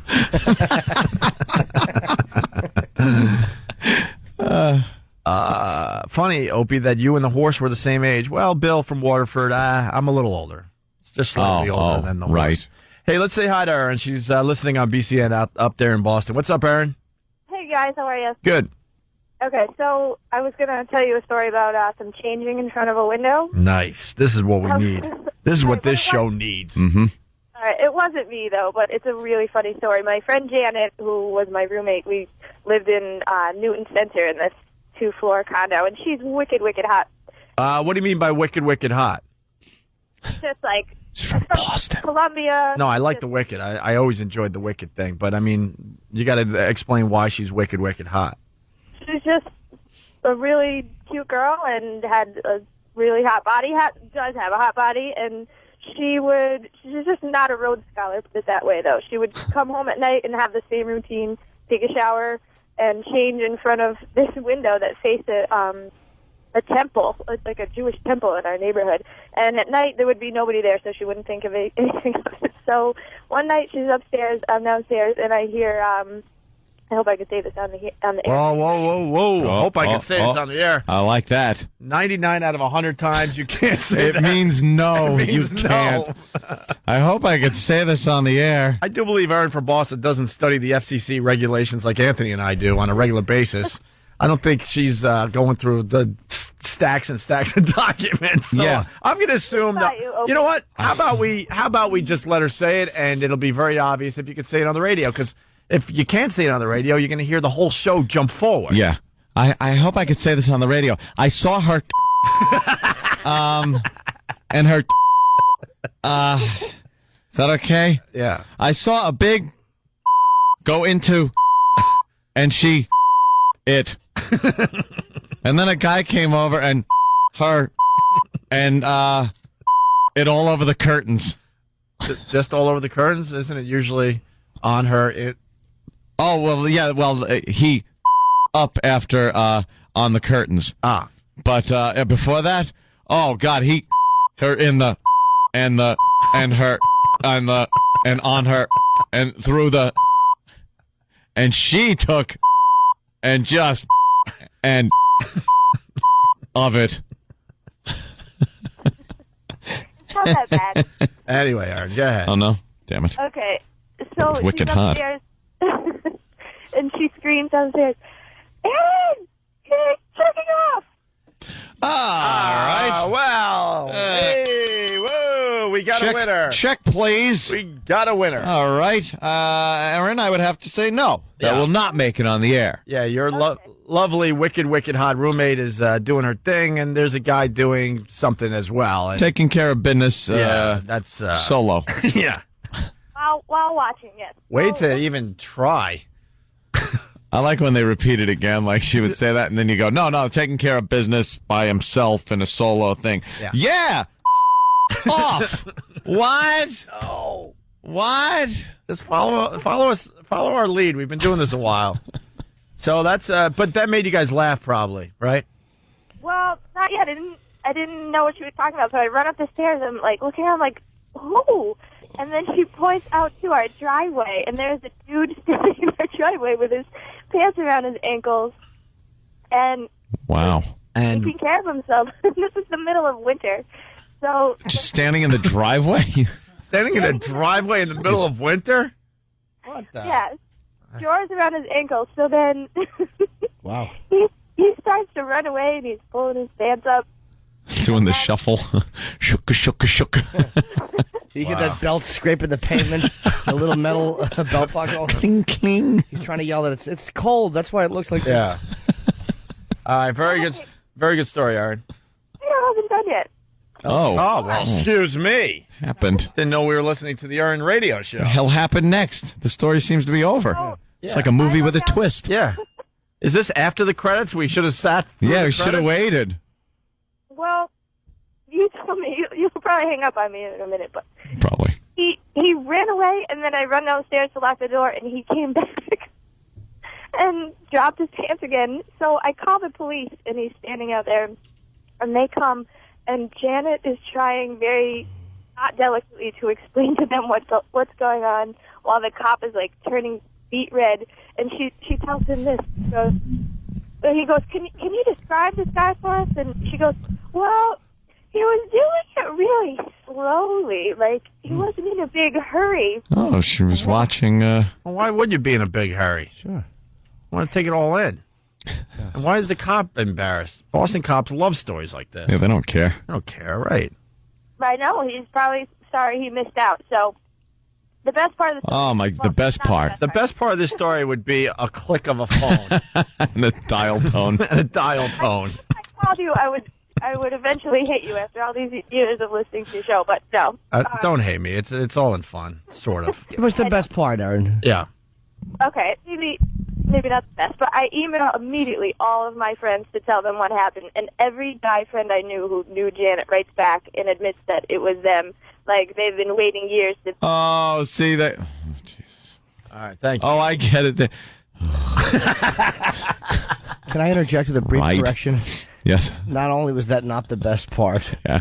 it was a complete waste of everybody's time and energy. It could be the worst part. Aaron, thank you so much. Horrible. Thank you At so least much. you're nice, Anthony. Opie. Bye, guys. What? Whatever names you want to fire out. I don't know.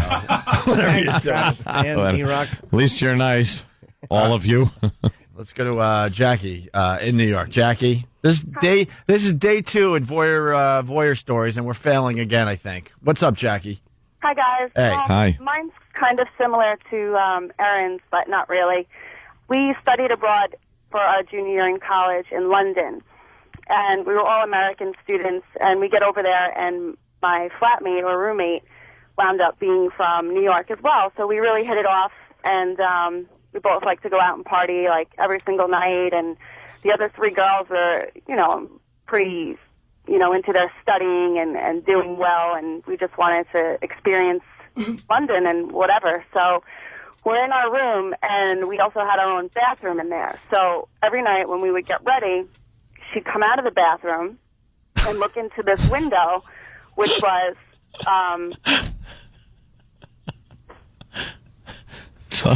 Sorry, Jackie. no, seriously, what's up? Oh, what's the matter? No, I'm laughing because I looked at Jimmy and I thought he was popping a tent. So I looked down at his crotch and then looked at his eyes like, what's going on? He goes, nah, actually nothing. It's just how my pants are. Yeah. I thought you were enjoying the story because all of a sudden you leaned back in your no. chair. No. All right, continue, Jackie. All right, I would have been doing pretty well in that case. All right, so she would just come out of the shower and just totally strip down and, like, do her hair and, blow dry her hair and, like, look into this mirror, but it was a really good reflection. So she, like, this is like a full-length mirror, and I'm like, but it's not, it's a window. And across the way was a printing press, and they would, like, stay up. Oh. Just... A printing press. Once the printing press entered the story, you lost me. Yeah. Oh, I'm serious. We lived Yeah. Why is that important? I bet you're serious. Why is that important to the show? You don't describe what kind of hot body she has. The layout of the house, her flatmates. We don't even get England. We don't even get what color eyes she has, but we get printing. There's a printing press. We never knew what was going on across the way, but there would just be these guys, like, gazing over at her, and we're like, why are there so many men? And it's like 12 o'clock at night. What goes on in that building? Right. And then eventually later on we found out what it was and why there were so many guys up there. Printing press. Yes. It was a printing press. We can't get past the printing press part of the story. Across the thing, they made filaments. And the company has since got out of business. She could possibly have been the worst storyteller ever. Across the way was Jackie. Across the way was the Necco factory. They make Necco wafers. Jackie, it just printing press. What did you travel back in time? It just took a lot of time. Someone saying that is the best printing press story they've ever heard, though. Yeah, well, you got that going for you, which is nice. What paper did they print? Was it the Yorkshire Boring? I have no idea what it was. Boring. God almighty. Yorkshire Boring. He went with Yorkshire Shows Boring. people printing it out all night long. Oh, the boring. Oh, God. God almighty. She had to give it the description of the building across and Printing press. Not really. Which changed civilization.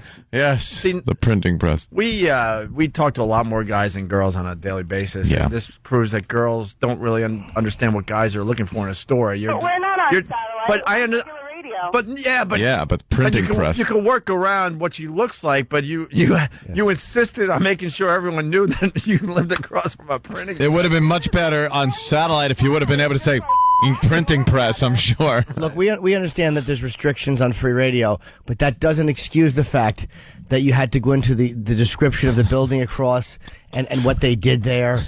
It didn't matter. All right. And why don't you just describe what that did to the quilted pen industry, and how there used to be a quilted pen press there, but then the printing press destroyed that business. So there was a suicide.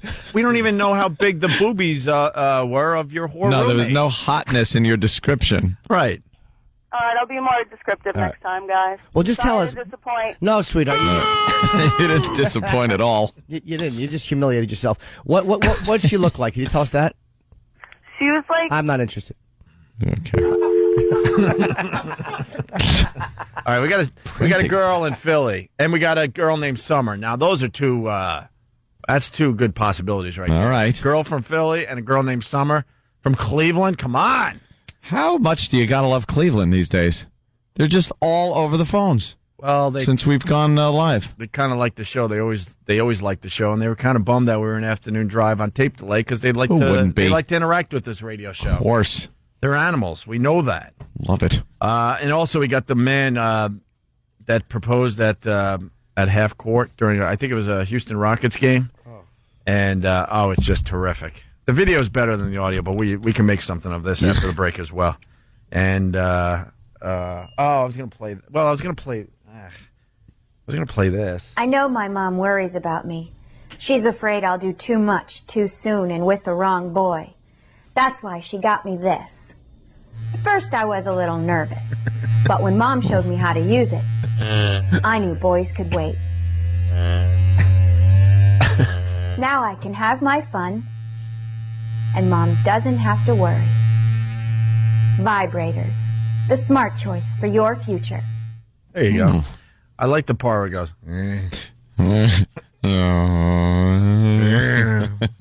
We all know what's going on when you hear that. The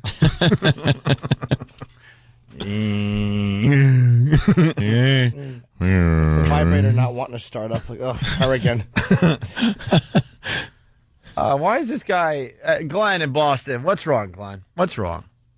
You guys are pathetic. You call out the women and you say you want the women to call up and tell the stories, and then you do nothing but berate them after they get on the phone. This guy is absolutely right.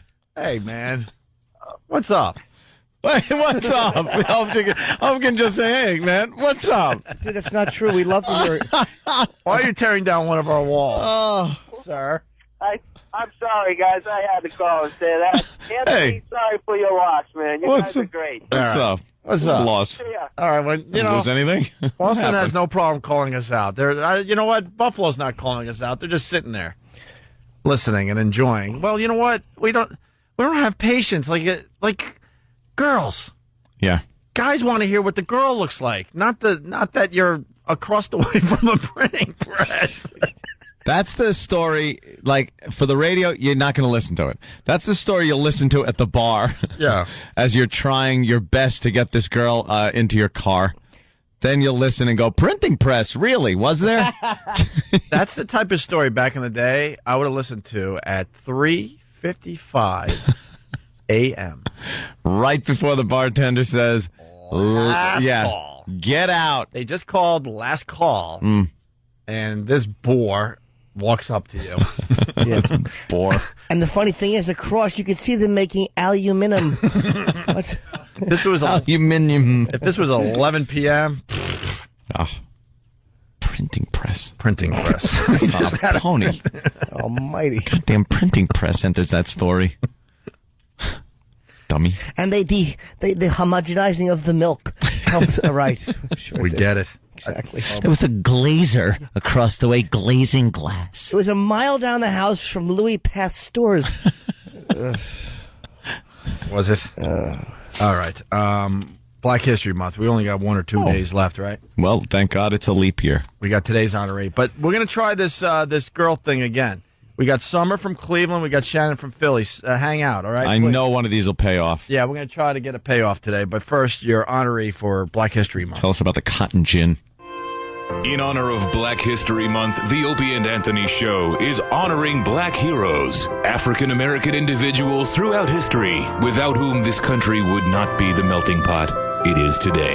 Today we honor the legendary actor, composer, musician, performer, and voiceover artist Isaac Hayes for his role as the ruthless warlord, the Duke of New York, in the 1981 John Carpenter film Escape from New York. Snake Plissken. I've heard of you. Stay tuned for more icons of black history. Heard you were dead. On the Opie and Anthony Show.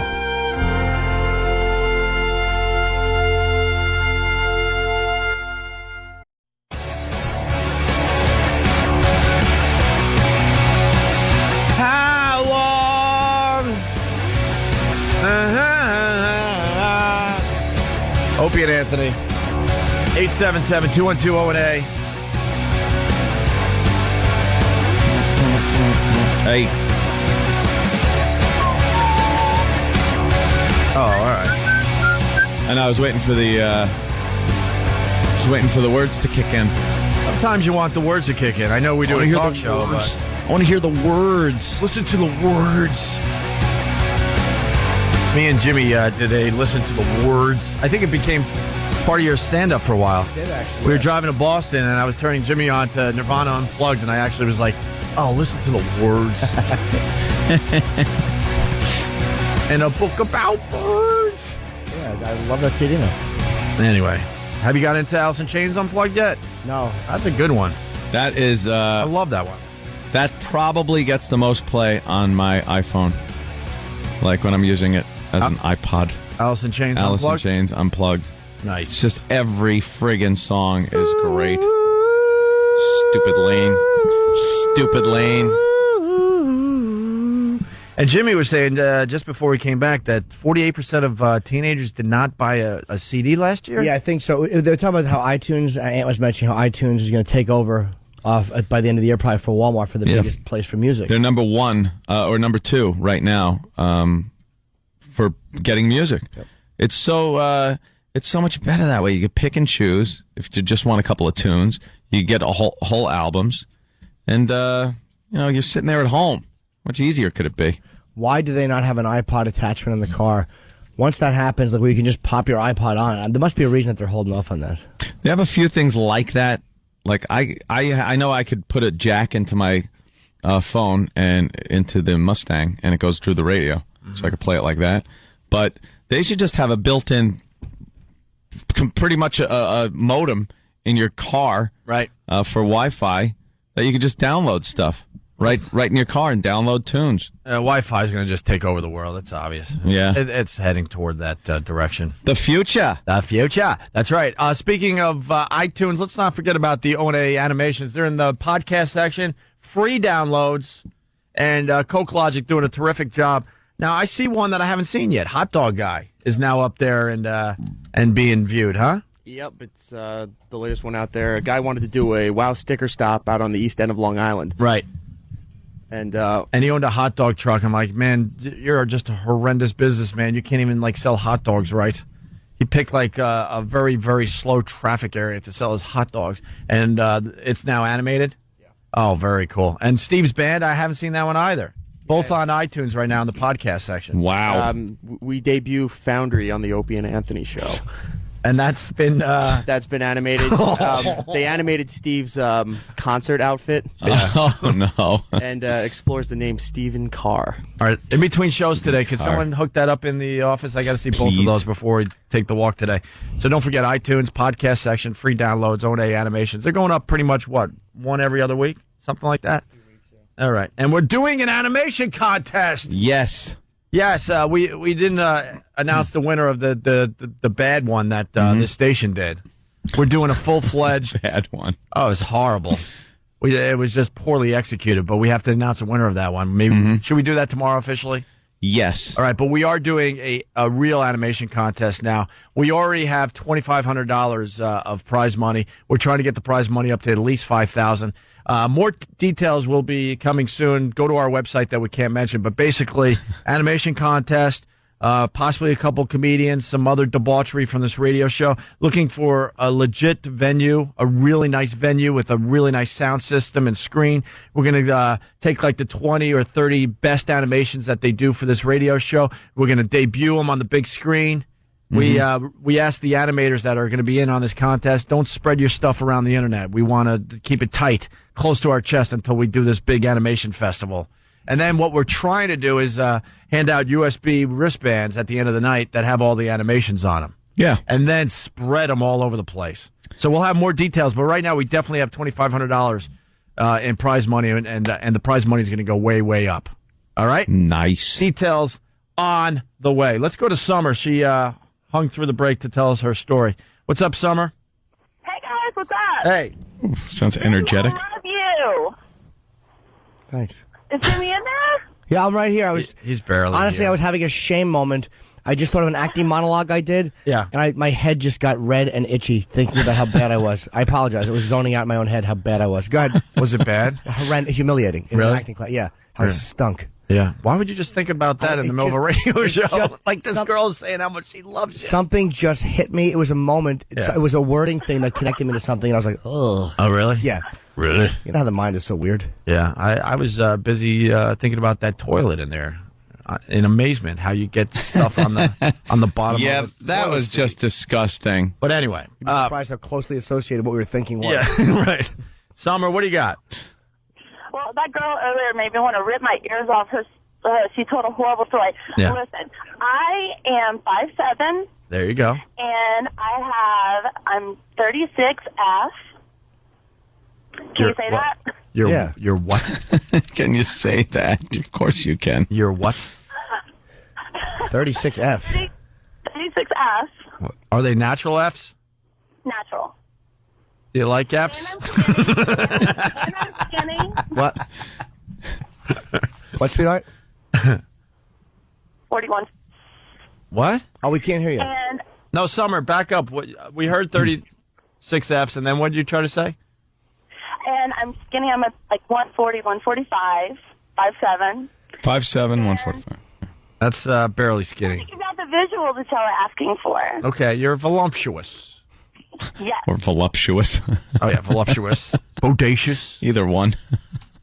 Well, in addition to the fact that, like, I always leave my windows open and change and then naked or whatever in front of the windows, it's like one of my huge fantasies to, like whenever I'm taking care of business with myself, is to kind of picture and visualize, like, some guy taking care of me and all these guys just standing around in a circle, like, watching. Wow. And just kind of like, I don't know, them doing their thing and me getting my thing. And I just think that that's hot. Like, you can tell all these stories about these girls, like, like having these guys watch them or whatever, but I think it's pretty hot that girls have fantasies about guys watching them. Finally. Wow, we have a winner. We got a winner. That was a winner. That was That's how a you tell girl. a story. There you go. That was a girl calling go. and telling a story. It worked out. Yes. It was concise, short, Yeah. got to the hot part pretty quickly. Very good. Thank you. Thank you. All right. Could have done without that. Huh? I want to see Jimmy this weekend, but he's sold out. Oh, but you have 36 Fs? Yes. Why don't you off air give your information to Jesus Travis, Christ. and we'll make sure we get you a complimentary ticket. Really? Because I really want to go. Well, consider yourself going. I have a couple of comps per show, and you can use one, and your breast can use the other one. But what about Maxwell's comp? Oh, Maxwell doesn't need a comp. He just walks in. He walks in like Apollo Creed, and the lights follow him. All right, Summer, enjoy the show, all right? Thank you. Yeah, have another cigarette.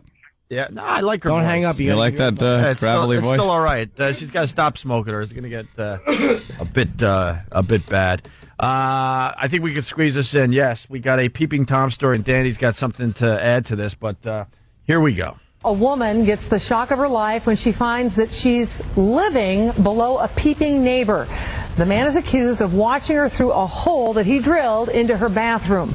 Local 4's Hank Winchester is live in Romulus right now. And Hank, how did this... I love that. Guys are just Because it's just amazing. such a hilarious visual. You're like, gotta get to the nakedness. I need to drill a hole. Like, you had to go through the whole thought process of She's right there. She's right I below me. I'd like to see her naked. Let's see. My bathroom is here, so below me must be the bathroom that she showers in. I could take some time maybe and get to know her and maybe see her like that. Or I could just drill a hole in the floor. How dumb is the bra, though? I mean, wouldn't you see the sawdust all over your Of course, that's your probably shower? what tipped her off. How do you think this guy got caught? The hole was too big? Yeah. Because you could drill a hole, small enough one, that you're going to get away with this. I would say hole's too big. The problem is that these guys, they drill a hole that's a little too big. How about where you can actually see the eye. You actually can see the eyeball blinking. You don't want that. We got greedy and drilled too many, so her bathroom ceiling was Swiss cheese. She kept looking up and seeing this creep. Yeah, he was hoping for a 10-camera shoot. Now, and Hank, how did this woman spot the hole?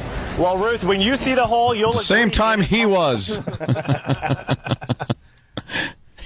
I think we got a winner here. Yeah. He said when you see the hole. Spot the hole. Well, Ruth, when you see the hole, you'll agree it is hard to miss. Take a live look behind me here. You can see the... Probably a manhole. Well, not even a drill. He chipped it out with a claw end of a hammer. Right. Just like banging it on the ceiling. Must see nudity. I gotta see her naked. Look behind me here. You can see the victim lives on the first floor. The accused peeper right upstairs. The only thing separating those... Pat from Rocky says you can notice the hole by the flying out of it. It looked like a geyser. I don't remember having a bidet filled with tapioca. Upstairs. The only thing separating those two apartments, a little plywood. Police say that was nothing. The guy, grill. Why? He wasn't remodeling. He wanted to take a look into the shower down below. You know what I love? That reporter is trying to show disgust. Yeah. Oh, stop it. We all want to take a look down below. Yeah. I just cracked myself up. No one ever gets away with this forever. It's like there's always a man was arrested. Yeah, it just never works out. Because you never can cover the hole up. No, Right. once it's there, it's there. The size of the hole that this guy decided to drill wasn't really conducive to peeping. It kind of looked like water damage on the ceiling. Like it was golf ball sized, and there was like chunks of peeled away ceiling. You know, it almost looked like someone had fired a round through the ceiling. He just needed to see her. It was ridiculous. Wow, is that funny? How long did it last? It couldn't have lasted very long because you could tell. There's no way you were not noticing the hole in the ceiling. There was no way you were not noticing it. Yeah. Paula Campbell points out a suspicious spot in the ceiling of her shower. I was furious. I was just straight furious. That's the only word that even comes to my mind. This spot is where she spotted another set of eyes staring right back at her. I took a shower and I looked up, got soap in my eyes or something, and looked up and there was the hole. Police say the peeper appearing at Paula was her neighbor, 43-year-old Douglas Nexota. He lives right upstairs in this Romulus apartment building. Concerned, Paula called the cops. We found some information in his apartment where he had ordered some surveillance equipment, some spy cams and mini cams. He was... All right. There he goes. High-tech operation. He's got the spy cam, the mini cams. He's hooking stuff up. He's perverted. What was he going to do? Like, the hole was so big. Was he going to shove a giant camera through the hole? Just an old shoulder camcorder. He's shoving the whole thing through there. So there's just a lens in the ceiling of her shower. Like, what's that going to do? Maybe he was looking for Avon. A little wire reference. All right. Just for Jimmy. Very nice. I said I would just do wire references. Oh, okay. Out of nowhere. Gotcha. All right. He was in the process of ordering some of that equipment, and he actually ordered it, was waiting for delivery. Paula says she obviously feels violated, but now hopes the accused peeper does time in prison. Hopefully it deters him from doing it to somebody else, and hopefully he learns the lesson from it. He's got the perf switch. It went off. You think he's at the window every day waiting for the FedEx truck? Oh, yeah. Where's my spy equipment? I need it. Just in a froth. I need my spy equipment. That hole, she's going to find it any minute now. Yeah. Because it's giant. Danny, what happened to you? I see on the disc that something happened to you. That's Well, I used to, about 4 years ago, I lived in a basement apartment, and you know how most basement apartments have those kind of quarter windows that are kind of off the ceiling. because obviously you're half in the ground. So I remember I was fooling around with my ex-girlfriend, and I didn't have any curtains. I was broke, so I didn't have any curtains or anything covering those windows. And we were fooling around on the couch, and I noticed that the lighting in the room had suddenly changed, like almost as if like a cloud had passed my sun. So I glanced over my shoulder, and I see a face pressed down against the window, like to the point where his cheek was touching the floor, and you have to be on all fours to get down that low to see inside. So I immediately call him on it, and I run outside, and I'm like, "Dude, what are you doing?" What's wrong with it's the landlord's son from upstairs, and it's not like this was like a kid in his preteens. Like this was a grown person with facial hair. Like he had to be in his late 20s, early 30s. And I said, "Dude, what are you doing?" He's like, "What?" I'm like, you're busted. Like, I caught you. He's like, what are you talking about? I'm like, dude, you were just peeping into my apartment trying to watch me do things. And he's like, oh, no, I was fixing the sprinkler. Looking in the window? I'm like, no, you didn't. He would not admit his guilt until months later where I had to confront him about it. But that was not the only time that he tried doing this either. There was another time, because I was in the basement and there was a laundry room kind of like right next to my apartment. It was just, the only thing separating it was like wood paneling. So I go to leave my apartment one day, and I had company over, and I open the door, and he's just standing there in the doorway. And I say, because now I'm used to this kind of behavior, I go, "What are you doing?" He goes, "Oh, I'm doing laundry." But there was no laundry in the wash. He had never doing laundry. I figured, all right, in 10 minutes I'm going to hear laundry go off, and there was never any laundry down there. And I finally got him to admit later on, when I was leaving the apartment for good, that he admitted that he was trying to watch me have sex with. Really? He fessed up? He fessed up, and I got it on tape, too. I have a problem with your story. What's the problem? It seems like you enjoyed the fact that the guy was watching you. No, I didn't enjoy it at all. Because you didn't, cover up the window. Yeah, or, hey. Wait, this guy's going to be looking at us, and I don't want him looking at us, so I'm going to put up a box or something. After that I caught him the first time, I did. I blocked that window with a blanket. You should have got a baseball, and then just when he was ready, you would have broke your own window. But how satisfying to bean his face through the window with a baseball. He was such a creep, and I can't even believe that he admitted to my face that he was trying to watch me have sex with women. And it was just, and it was great bringing it up to his mother, which was my landlord, when I was leaving, because I'm like, you could use my security for the last month's rent because I'm not going to stay here anymore. And she's like, why not? And I was just like, because your son is attempting to watch me have sex. Right. And and if that was the first time that I caught him, I could only imagine the other times before that when, I didn't even catch the guy. When you were alone? Oh, all lathered up, reading a magazine. watching filthy movies. Trying to scrap, peeking. Hey, very good. Dennis in Boston, he writes, new bit, Peeping Tom Wednesdays. You could have people call in while peeping in on their neighbors. I say, go for it. Maybe we do it tomorrow and just turn it into Peeping Tom Thursdays. That's highly illegal. How about this? Anytime you're peeping, doesn't matter what day it is. If you're peeping on a Monday, call then. Yeah, let's do that. Anytime Or actually, let's have the girls, they're in on this. Mm-hmm. How about, screw the guys. They wreck these stories. Yeah. Hot girl calls, all right, you know what, I'm naked in front of my window. Yeah, something like that I think is a little better. All right, and a little safer? Yeah. All right, very cool. We just got on in Mornings in Cleveland. We want to keep this job for a while. Of course we do. Thank you, Danny. Speaking of Cleveland, we got some terrific audio from, what's his name? Oh, Benjamin? Bornstein? Benjamin Bornstein? I think that's his real name, yeah. The rest of the country's going to have to bear with us. We got to slap a little boy around after the break. Hey, look, he may be very open about it to his listeners. I don't know. He should be. I don't know. We'll find out next. It's Opie and Anthony.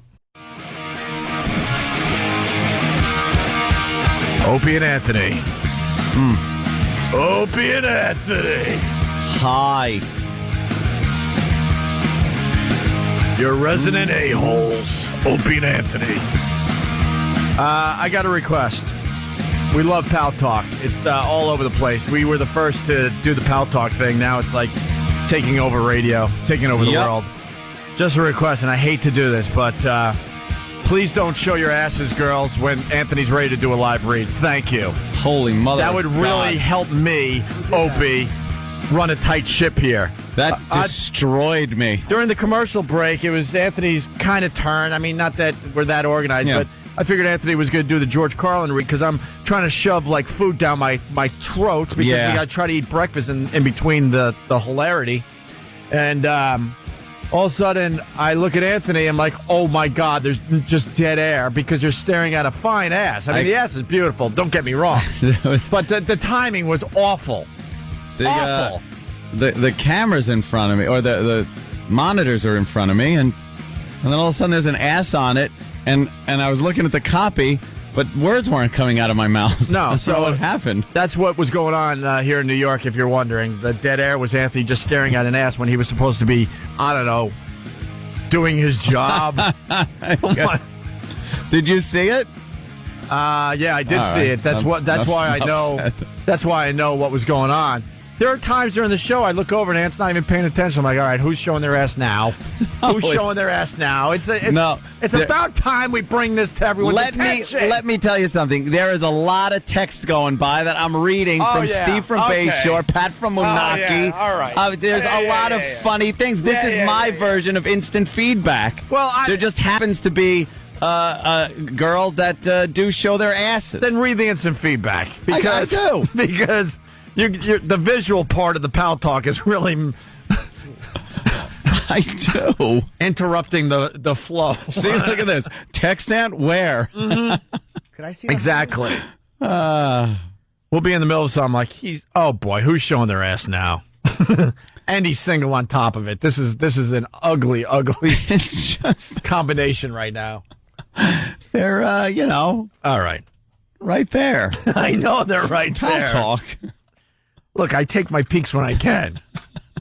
When Iraq allows you. I'm not going to say I'm not partaking, but I wait for some boring commercial that's playing, and then I go, okay, I could take a moment to look at the hotness. That's what Anthony was doing. It just happened to be a commercial you guys were reading live. Yeah, I was doing it during the commercials. Not funny. Not funny. They look at asses. It's not funny. Not funny. Time to slap a little boy around who has no idea that they're looking for someone else to replace him. I hope he has that talk with management. I hope management at least will be honest with him. Jimmy's going to be, Stop showing your ass! We got 10 minutes left in the show! Do you realize I'm standing up at the console, pressing myself into I'm humping the console. I'll be 40 in July. That ass is going to be the downfall of the Opie and Anthony show. I got to bring it to everyone's attention. Oh, so Jesus Christ. What is this douche in Cleveland doing? Yeah, here we go. So Jimmy's going to be in Cleveland, Friday night for 2 sold-out shows. Everyone is begging for tickets. You're going to be doing afternoons with, what's his name, Dominic? Dominic Nardella. Yeah, he's been really good. Well, his radio name is Nard. Yeah, he's a good guy. He's a really good guy. He's very excited that we're doing mornings now for the station. And Jimmy's going to be on Nard's show Friday afternoon, yeah. Friday afternoon. So Cleveland, keep that in mind. But here's little boy Maxwell. The midget with the beer belly. What's his name? Talking S on his radio show. I believe it's Benjamin Bornstein, unless there's another rock star named Maxwell from somewhere. Right. But I think that he was in Florida and Bubba, under Bubba's tutelage or something. Tutelage. Under his fatilage. Well, luckily you have a whole nother name you use outside of the radio program. See, they had to acknowledge that. They had to bring it up. Like, we just bring this up anyway. They had to acknowledge that... we found out his real name. But why is it a secret? Who cares? It's like, why don't you just use your name, dude? Benjamin Bornstein. Well, luckily you have a whole nother name you use outside of the radio program. So you could still deny that. Let's not let anyone know what that is, right, Opie and Anthony? Since you've already done that. Or let's talk about it to the whole country about a couple douche from Cleveland that kicked your ass so bad you had to move to a different part of the day. Wow. That's okay. That's a page from Rocco's book. That's funny. All right. Oh, my God. That's so pathetic. All right, first of all. Is he annoyed that his name got out there? Yeah. Oh, dude, first of all, he is so annoyed that his name is out there. Are you telling me that Benjamin Bornstein didn't tell his listeners? No. I don't believe it. He couldn't be that big of a hack that he wouldn't tell his listeners that was his name. You know what? I can't even play this audio because this isn't even a fair fight. The guy, first of all, if you look up yourself, we beat him in Afternoon Drive. Yeah. And that was with a tape show. Tape delayed. Which is embarrassing for everybody involved. And now he's trying to tell his listeners that he kicked our ass so bad, kicked our asses so bad, that we had to move to a way better time slot. The morning drive, which is that's where you want to be in radio. Everyone knows that. Like, oof. every radio guy in America wants to do mornings. They don't want to wake up to do mornings. Yeah, what do you think? We like getting up early and doing it. You do this day part because it's the place to be. It's the place to be. This is the place to be. You get more money as a radio show. The advertisers pay way more money to have their product promoted on that show. Mm-hmm. He did not just say that. He kicked our ass so bad we had to move day parts. The day, pussies. I'm starting to feel a little better today. That's your big, high-powered radio show. Hey, look, I got news for you. Guess what? It's not a virus. It's a radio show. Right? Yeah. Get the virus all. The virus is spreading of a woman. Who talks like that? Who talks like Who talks like the virus is? Who's got the fake radio voice? Maxwell. You phony. I'm going to call him by his radio name. Maxwell, I'm very flattered that you know everything about our radio show. Yeah. Because I swear I don't know what you do. We played a couple of hack bits when we were talking about you, I don't know, about a month or two ago, but I don't know what you call your show. I don't know any of the people on your show by name. I don't. I don't know anything about them. The only thing I know is whenever we play anything, which is here to goof on him with. Which, by the way, we don't even like listen to your show so we could goof on you. We actually have people, because we're such a huge, massive radio show, a huge force in this business. We got people working for the show. We don't even know their names. And we're like, could you just like listen to that crap show and get the audio of. We'll see when he starts whining that we let his name out. Yeah, this phony. His name got out, and he's trying to make it seem like he thinks it's no big deal. I don't know why he would think it would be. It's like, if your name is Benjamin Bornstein, be the rock star you want to be with your name. Yeah. That's who you are. Use your real name, your real voice. Is that crazy to want someone to do that? It's spreading. It's a viral infection. So stupid. The virus. You mean the show? The show. The show you do. Oh, no. The virus. Right. Idiots. Someone's getting bothered. Oh, is he bothered? That's hysterical. 216-578-1007. Just make sure you don't curse if you call that show, because that will hurt. I gotta help him out too. Like, you're playing right into my hands. I completely enjoy this, that we have annoyed you. You're only gonna get laughs from me. Of course. We got you so annoyed. Yeah, you know what? Calling it the virus, I have no problem with that. I think that's kind of a cool thing, because it is very viral, and you turn other people onto it, and it takes on a life of its own. What can I tell you? It's a show. Stop. Be literal. Yeah. Not funny. Not funny. Exactly. And shut up. Shut up. You are a douche. Have you seen their stupid website? Have you ever actually seen it? I've been on there. Do we have a stupid? Wait, who's the hole? Yeah. Who's the hole? Who's the hole they forced upon you? Who's the? Oh, that says it right there. Shut up. You didn't want a bitch on your radio show, did you? Did you, Benjamin?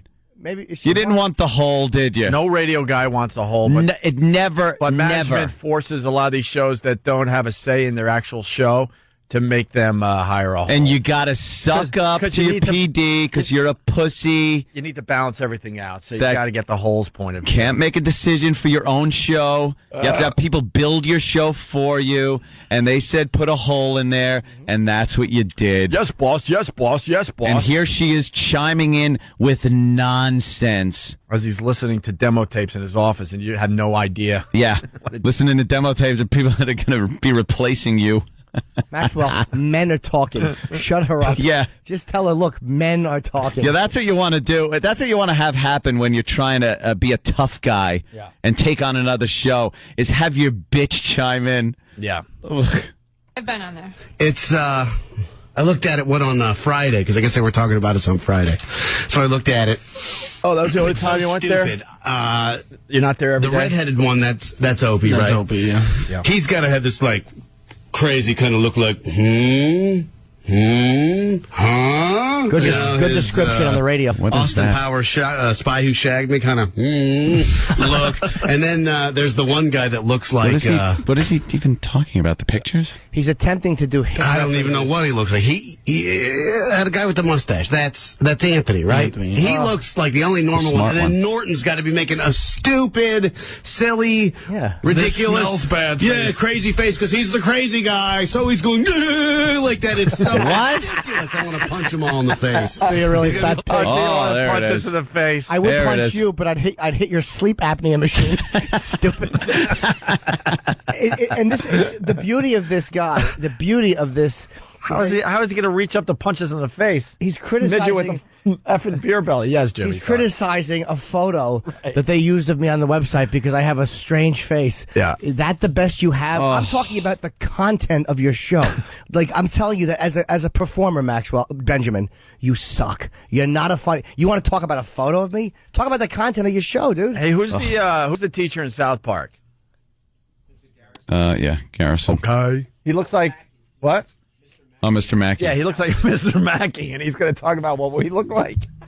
And meanwhile, he does, right? Thank you. You go to his website, and isn't his head superimposed on a basketball player? Yeah. Oh, you cornball. He has online interactive games that he inserts his face into. Does he? Ew. Stop it. And he's a rebel too because he has a Starbucks logo and he has the line through it like I don't do Starbucks. Oh, wow. Look, wow. You're a madman. Whoa. You're crazy. What's their big show highlight is the Indiana Jones trailer. Wow. All right. That's nice. We don't drink Starbucks. We don't do it. We don't Punch like him all in the face. He's going to be holding his microphone. Oh, sour milk. So stupid. So are you going to try to punch me in the face? That's all I need to know. Because I will book a flight tomorrow if that's a guarantee. Are you going to punch me in the face? It's just Are you? silly. Yeah. And then they went on and gave out like my real name. Right. And so, Like that's such a big coup. Like, wow. Hey, you know, Chunk, Snoop Dogg's real name is Calvin Brodus. You hate him now, right? Huh? isn't he a scumbag? Kid Rock's real name is what? Bob, is it Richie? Oh, this you bothered hate him. now? Okay, look. Grover's real name is Shane French. You hate him now, right? Huh? It's so stupid. He is so bothered. And how bothered is he by this? Because He is so pissed. he knows his name.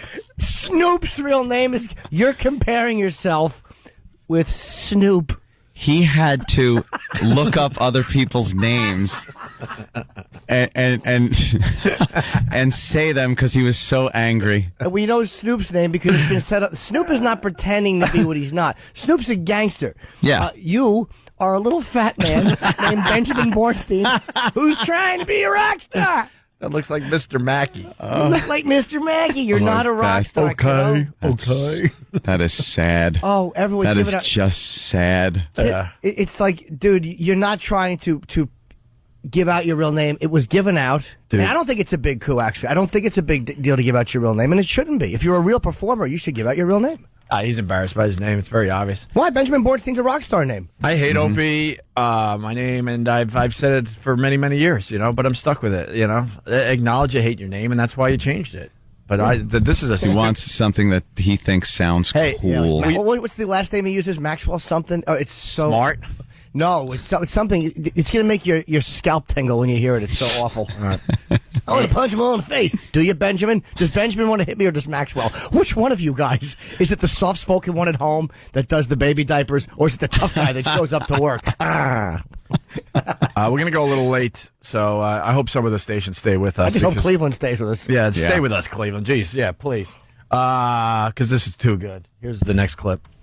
The stuff that's not true that people say, I could care less about. Talk about all you want. You know what I mean? But when we're going to be called out for being liars and like putting on this facade like we know everything there is to know about them, the only thing I know about them is Sex for Sam and Norton. That's it. That's good boy. The only two things about the show I know. Good boy. The whole good boy. Wow thing, which for the longest time in Cleveland stood for "we're out of work." But 40 share. We had We're it. out of work. Hold on a minute. That is a W and O and a W. Wow, stood for we're out of work. That's funny. Well, we were out of work, but we got paid the entire time. You did? We became even bigger because we were out of work. We became national superstars. Can you look at the picture? International superstars. But yeah, I guess you're right. Look at the picture on his look at the picture on his site. His head is in pose. There's a smiling face with his awful glasses. And there's a picture of his head on a Cavaliers player. And you're complaining about my photo, you silly goose with a fake name. Is it LeBron? Is he put his head on LeBron James's body? God. Because that's the type of body you wish you had, right? Yeah. What are you doing, Benjamin? Yeah, really, stop it. Benny Bornstein, what are you doing? You're not going to win this battle. And actually, we're very happy because we need people to know that we're on in mornings in Cleveland. So you're really doing us a huge favor. Thank you. What's the matter, Rockstar? Work. But, in which will happen again here. Oh, absolutely. Rest assured, you'll lose Cleveland. You'll lose it. So, I mean... But you won't talk about it because that's what you guys do. We're the greatest in the world. It's a virus. We actually talk about every market we lose. We talk about every negative thing more than we should, you silly boy. We talk more negative than positive, I think. Yeah, it's like this virus. It's almost like a puddle of AIDS. It's a virus like that. How about this? You get infected and you slip. A puddle of Benjamin Bornstein. Let's change it to that. How about that? I'd rather have a puddle of AIDS than a pile of fat fraud. Benjamin Bornstein, Rockstar. And the guy goes, there's a name that you use outside this radio show. You mean the one on your birth certificate? No, you created a name.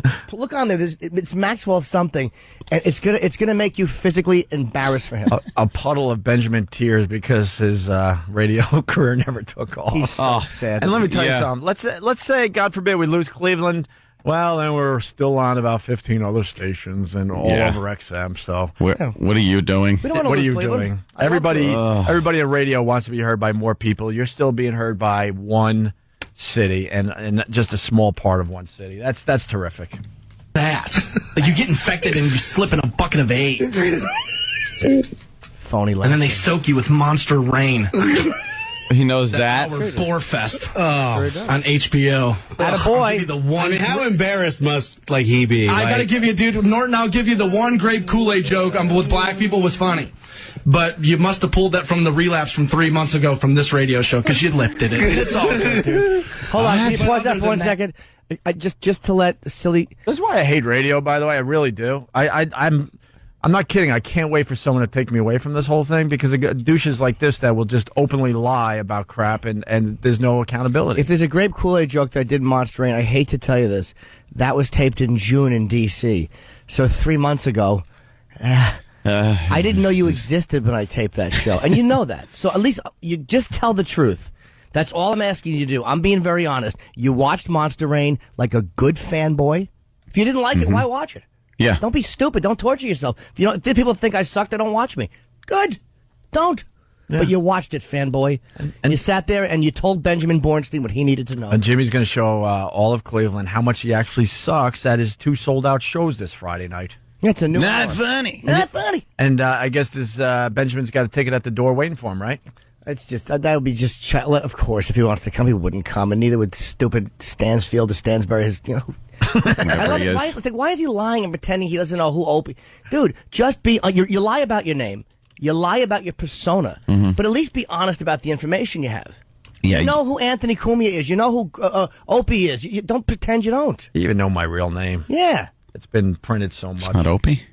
No. Holy Stop Jesus. What is it? What are you hiding behind? It's Greg Hughes, okay? You got me. It's really Greg Hughes. Maxwell. How long did he sit there trying to think that one up, you think? Calvin Just Broadus. trying to think, what do I do? Maxwell sounds cool. And this doesn't sound like a fat loser. This Benjamin guy's got to get in line, man. There's a ton of people that are waiting to punch me in the face. I mean, I'm still waiting for Bubba's punch to the face and Scott Farrell's punch to the face. All three of us who wants to punch. Yeah. From the relapse from 3 months ago from this radio show because you lifted it. It's all good, dude. But other than that, dude, that was pretty bad. That's so funny. But you watched it. I appreciate you watching. Do you know how far into the set the Kool-Aid? Because I was doing the racial stuff in. That wasn't 5 minutes in. Right. It's like, what are you doing? Why would you waste an hour of your life watching a comic you don't like? I don't get it. You watched it. Let's go to Chris on Long Island. Chris, what's up?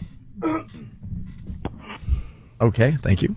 And while he might be able to go, actually, I'm sure he could go out on a stage and kick your ass pound for pound on the stage. I will concede that. On the radio, he sucks. I got to tell you, dude. I mean, Rado is funnier than Jim Norton on the radio. Do those people? So why aren't these guys like discovered and doing? They should be all over the place. You should be syndicated. Radio. You should be syndicated. You should be your agent should be negotiating big deals for you all over the country. Why aren't you? Can I tell you something? That this radio business, there's not a lot of talent. Yeah. They're desperate. They're desperate to find like new talent that could be heard in a lot of markets. So what happened there? All you would have to do, Maxwell? if what you're saying is true, all you have to do is send a tape to a corporate office somewhere, and you'd be all over America. They're dying for funny, creative, entertaining, people to do radio. Absolutely. They just can't find them. They just can't find him anywhere. On the radio. Do those people, those of you listening right now that listen to us religiously know, dude, I'm not the kind of guy that likes to pat myself on the back. But, dude, You're when it too comes fat to this, reach. pound for pound, that dude, please, you can bring him on all day. I can tell women to have abortions at Walmart, too, idiot. You might as well. You'll And be then working there funny sooner or after later I- when the show gets canceled. That's what you struggle with a little bit. But Silly goose. Stop paying so much attention to what I say and say something funny yourself. Stop stand up, reacting. dude, I'll give him that, man. He's been doing it forever, and yeah, he probably is leaps and bounds. Which, Norton, if you But you just said how much he sucked. Wait, you just said that you stand up, you give it to me, but Wait a minute. see, that's what happens, kid. You're lying. Tell the truth. Wait, you just said how bad his HBO special Yeah, was. but now that suck. now- But now pound What? for pound, you think I'm funny. Stop. Stop at the pound for pound thing. We're not boxers. Stop trying to make it this Yeah. more mano to mano than it is. You're with a fat boy who uses a fake name. That's the end of it. Little boys with a radio show. leaps and bounds. Which, Norton, if you actually, with all due respect, if you were a top-notch comic, you wouldn't have to do a crappy radio show. please, you wouldn't have to play third chair on a radio. It's third mic, stupid. Not third chair, you old lady. Well, it's third mic. He knows it's third mic. He just messed up. Yeah, of But course how it is. how is this a crappy radio show? You do pay attention? We're on a lot of stations, and we're the number one channel on XM. He knows that. Play third chair on a radio show if you were that good. Dude, if I was a touring comic, you think I'd even talk to Maxwell? I wouldn't even do the show when I came into town. If I came into town to do Playhouse, I'd be like, dude, I'm not talking to that idiot. Because he's a hack. We have a lot of comedians that tour all across the country that can't wait to do our show on a regular basis. Huge names in comedy. Now, he's right, though. But as a stand-up, because I go out and do weekends, I guess I should not want to be creative for 5 hours a day. No. You silly fatso. Don't trash your own profession, dummy. What's the matter with you? God almighty. That's like saying I'm having sex with his wife and my own chick, and he's going, why would you want to have sex with my wife? She's awful. Dude, don't trash your own gig. Radio's a great gig. You love it, and I love it. We happen to have that in common. Don't try to find a way why I shouldn't love it. It's silly. I do love it. Jimmy's going to have a fun time in Cleveland Friday. Dude, I mean, and I don't talk about the things I've done. It's like, look, I'm in your town. I got 2 sold-out shows. The people are not going to be very big fans of yours. Yeah. There. So deal with that. Deal with that, Benjamin. Let's say hi to Chris on Long Island. We dropped this call for some reason. What's up, Chris? Hey, what's up, man? Hey. You know the thing that's not funny about Maxwell? What? He's so phony. Am I to believe that someone in radio doesn't even know your guys' names, but doesn't know who's who or what your website looks like? It's so obvious he's acting and lying. It's so annoying. Yeah, I think I don't think his listeners are buying into that. I think they're kind of getting the douches, if you know what I mean. That's just douchey stuff. I mean, it's just not honest whatsoever. He's a fat phony. So anyway, good luck, guys. Have a good day. All right. And I'm not bothered by it. It just makes me laugh because he plays right into our hands. Yeah, it's hysterical how angry he got. Oh, when he started saying other people's real names. Oh, my. But he mentioned guys like Snoop. It's like you have to Yeah. mention the gangsters. Well, because he's on the same level as Snoop. And Kid Rock. And who was the other one? Yeah. You mentioned guys that are like pretty cool. Like, this is how he sees himself. Yeah. It's like you're not a hardcore gangster rapper. You're not a rock star like Kid Rock. You're a fat man in Cleveland. That's what you are. All right. Oh, there you go. We had fun Benjamin today. Bornstein. Please scream that at him when you see him. When you call his radio show on the numbers we've given out, please say that you want to talk to Benjamin Bornstein. 1-800-348-1007, 216-578-1007. Just tell the board up you need Benjamin Bornstein. All right. Because that's who he is. Silly goose. And like a good boy, you'll stop talking about us when the company tells you enough is enough. On onaradio.com, can we please put up this picture of this monstrosity? Oh, look at that disaster. This fat load. He's a fat Mr. Mackey, right? Look at him. Yeah. He's in a hockey jersey. What is he talk? Why is he even talking? It's Stansbury. All right, guys. Good God. The hat. We're off to XM because we're not a successful radio show. Yeah, we suck. I'm really sorry that we're not more successful for you people. So I guess we got to go do that so we can pay some bills. I don't know. We'll see you guys tomorrow. Opie and Anthony. It's Whip 'em Out Wednesday. Wow. Yeah, I'm real excited. Real excited. For some reason. It's the Opie and Anthony Show. The Opie and Anthony Show.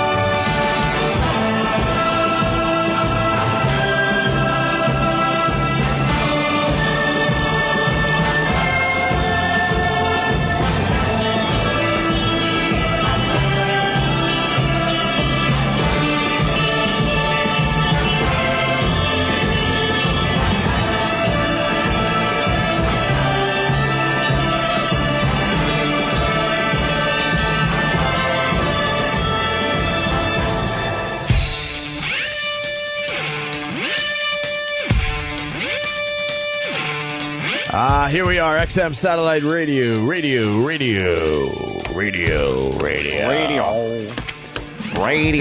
do we still have pests? Yeah, I think so. Do we Still really? A few on the roster. We still have a few? Yeah. I encourage a full-out pest attack. Oh. On Maxwell's show in Cleveland. Maxwell. I encourage it. Please. I'm actually going to say please. Ooh. Right, Jimmy? Are we What's up, encouraging Oldie? an all-out attack on Maxwell with the pests? Yeah, Haven't I had mean, a good I don't even know if we have pests anymore. I hope we do. I mean, I hope that I think they can hear listening to this guy just what a phony cunt he is. I mean, we didn't start this fight with this dude. We never heard of him.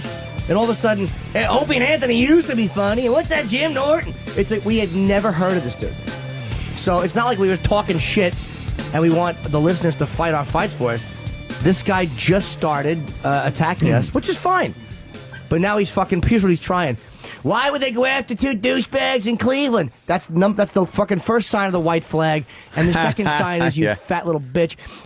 Stop being embarrassed that you're not Calvin Brodus. Calvin Brodus was a fucking, I believe he was what did he say, an 8-tray Crip? I did not get the gang wrong, but he's a fucking gangster for real. Mm-hmm. He's not pretending to be a gangster. Calvin Brodus is actually pretending to be less gangsterous than he really is. Yeah. You think Snoop's real vibe is an AOL commercial with Lee Iacocca? No, Yeah. Snoop's a fucking gang member. He's a Slinging tough dude, dope. Man. Yeah, he's a problem for real. Yeah. He's not pretending. Mr. Mackey is the guidance counselor. Yes, he looks like a Mr. Mackey Oh. if Mr. Mackey was bloated from filling up with food and stuff. Hey, here we go. We do have pests. Blue Healer, Kentucky. I'm on it, Greg. Coke Logic, Whack Bag. You got it. Not Greg, though. Obster. And that's it. We got Obster. We got 2 pests left, I guess.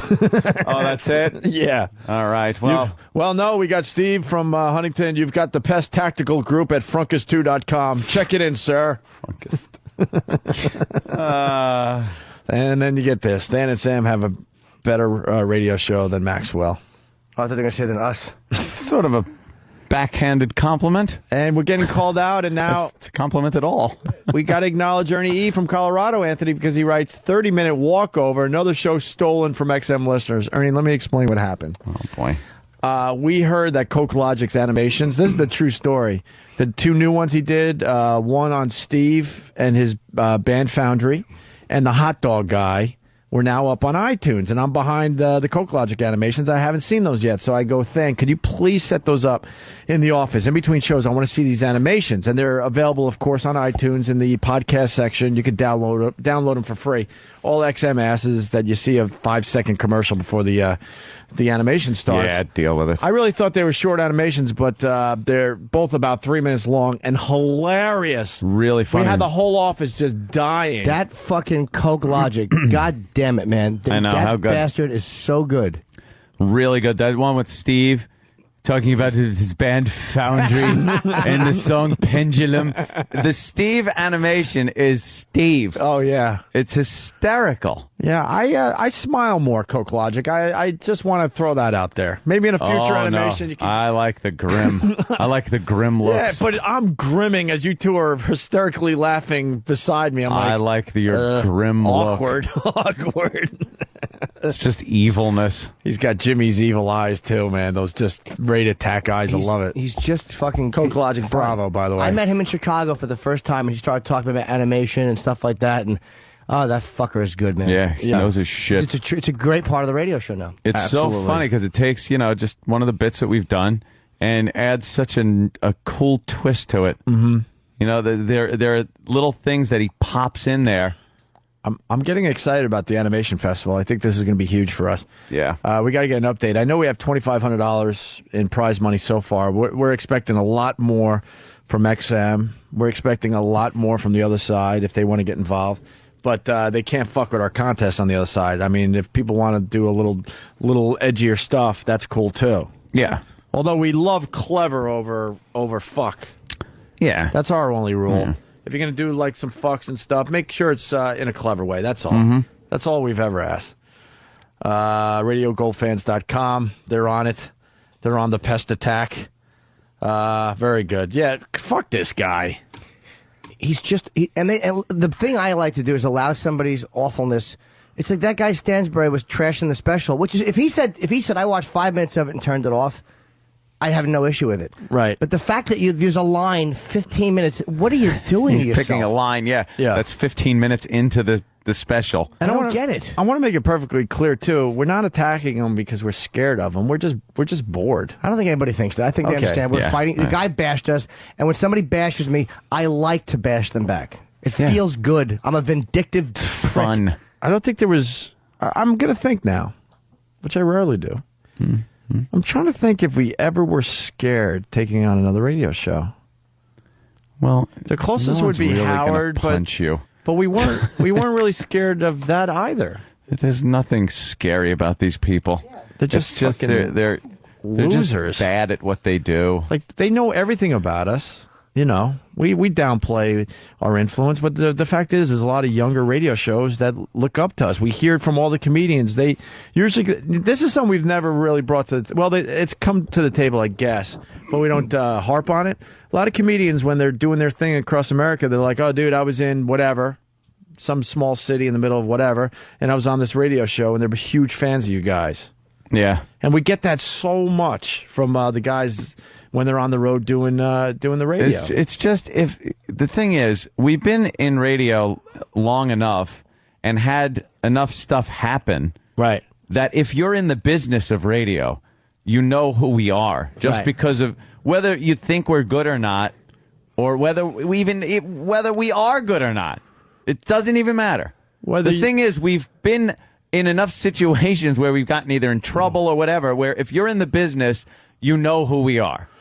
You know what we're all about. Yeah, the press That's all. The press clippings from this show, because I've saved just about every single piece ever written on us. It's just one of these weird OCD things I have. And trust me, I don't have all of them, but I have a majority of them. I'm not even lying to you, because I was going through this the other day because I'm unloading boxes. I got these huge plastic containers that I got from the Container Store that are how far am I? Like 4 feet across? The Container Store. They're 4 feet long and about a foot deep. I got 4 of these completely filled with press clippings from this radio show, completely filled, and then another box. I don't even know what to do with those yet.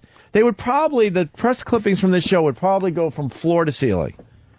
So with that alone, if you're a radio guy, you know who we are. So stop lying. The thing that annoys me is this: when he's pretending he doesn't know. Well, Opie's the redhead. First of all, it's more blonde, and then which annoys me when anyone gets his hair color wrong. And then the guy with the mustache. I looked at your pictures once. I knew which one was Stansbury or Stansfield. That name I do fuck up, and which one was Maxwell. Like I knew, and I will know now every time I see a photo who's who. So what you're doing is, besides being a radio hack who uses a phony voice and a fake name, you're fucking lying, dude. Yeah. You're a liar. And that's embarrassing. Yep. Let's I lied a couple things in my life. That's it. Yes, I suspected it wasn't a girl. Let's leave it at that. Enough said. And then you think I stole a grape soda joke from the... Dude, why would you lie about it? You know that's not the truth, but you're saying it anyway. Jimmy takes pride in not lifting stuff from other people. Like, he's obsessed with not lifting. This is something we don't talk about much either. There's some jokes that Jimmy does that are similar to jokes that his friends do, and they never saw each other's act. You know what Jimmy does? He steps aside and goes, you know what, I can't do that joke anymore. No. And he knows it's a really good joke, but it's close now to... it's tainted. It's close to another joke that, I'm just going to say, a friend of yours did as well. And it wasn't because Jimmy all of a sudden decided to rip off his friend. They were thinking alike. They came up with similar material. And all of a sudden, Jimmy's like, I can't do that material anymore. Mhm. And I'm like, there was one It was joke. Stan, right? There was one joke. I'm like, Jimmy, no. you got to continue doing it because it's hilarious. Stan's bit. I forgot which I joke. remember. And Jimmy's like, I just can't anymore. It's called That's the type of comedian Jimmy is. It's called parallel thinking. Like I do a bit on Hillary Clinton. I'm trashing her cankles, and Nick DiPaolo makes fun of her cankles. Nick didn't see me do that. I didn't see Nick do that. I walked through the cellar one night and he was doing. No one took that. It's just No. two comics attacking a presidential candidate, two misogynist pigs.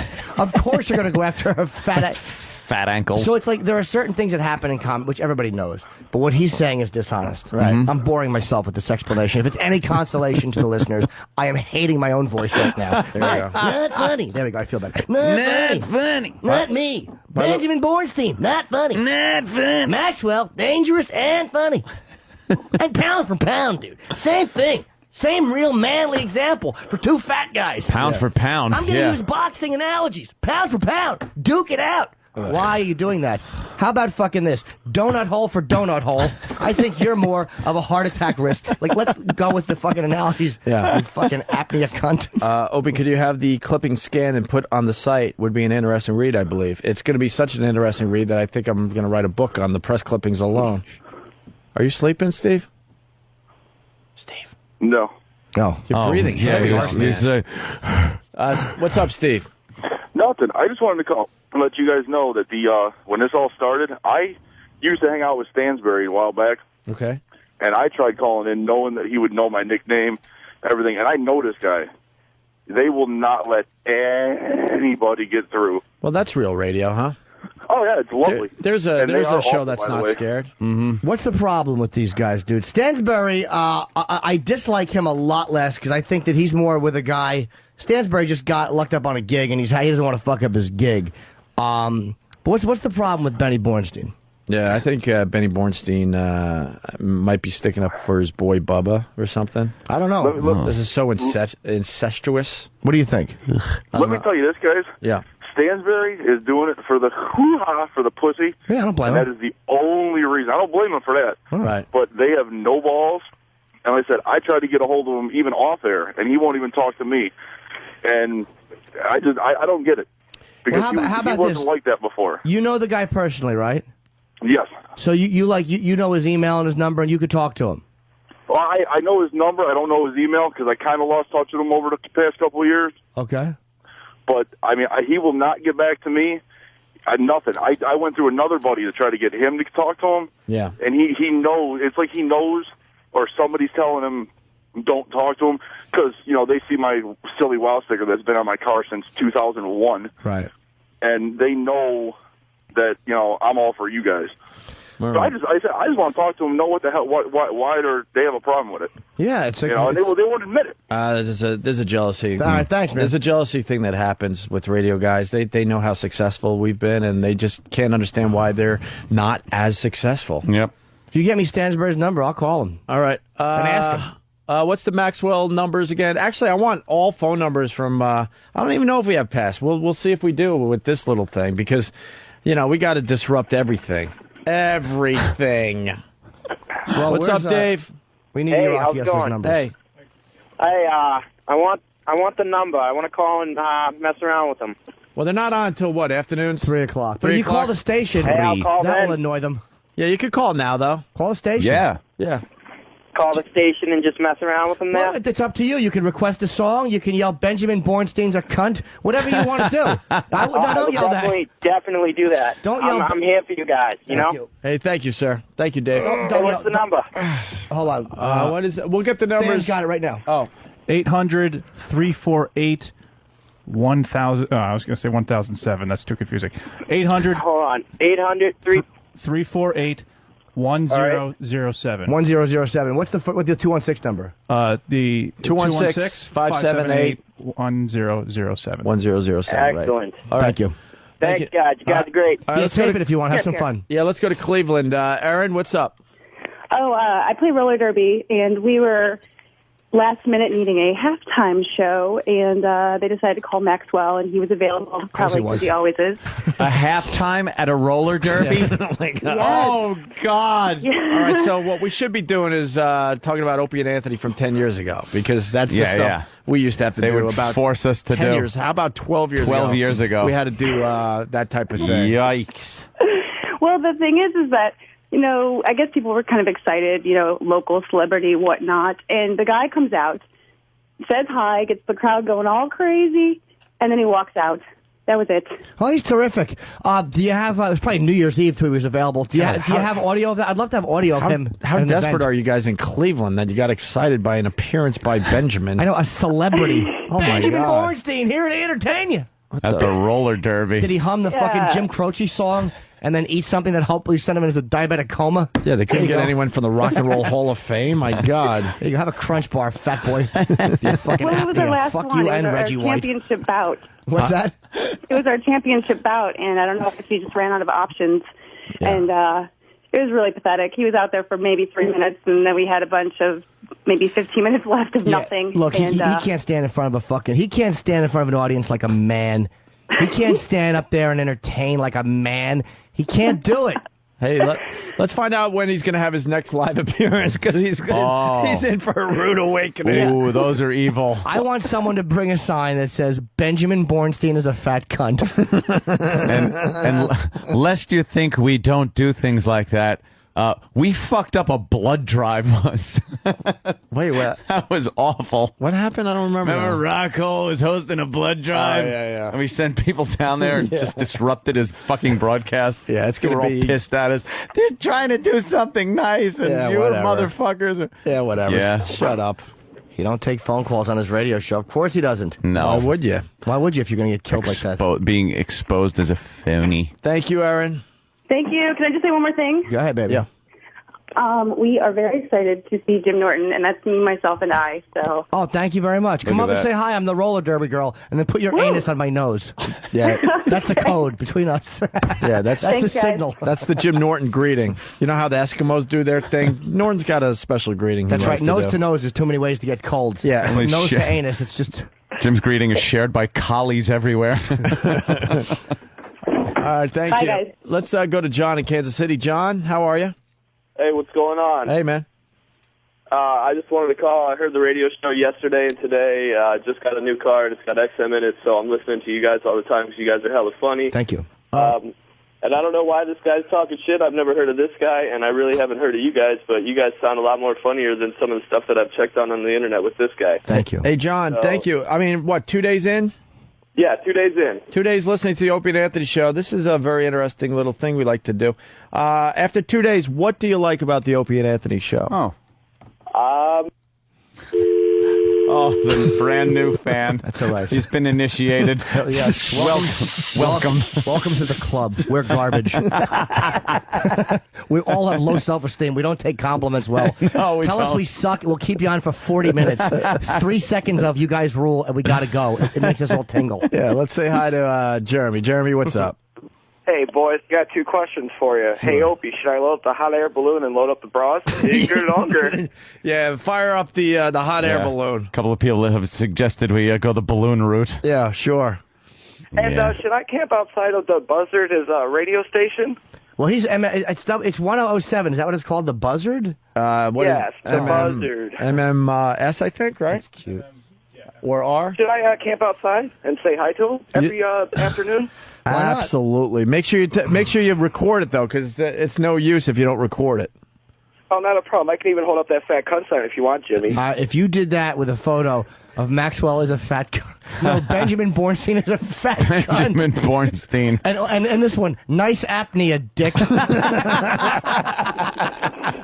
I hope he goes through the fucking windshield. He's trying to be a tough guy in the radio, and he's got sleep apnea. Oh, he just stinks. Sorry for the people that have it. for you, But... man. Not a problem at all. Oh, Jimmy has it? Not funny.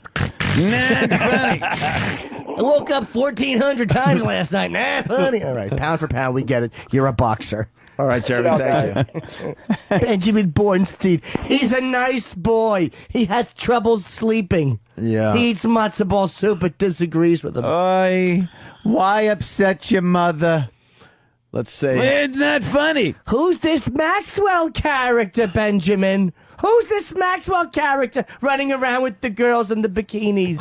Ma, that's what they like. I think we got some pests. Maxwell. You want to be called Maxwell? I know you murderer. Zell, the fat sleep apnea doctor is here.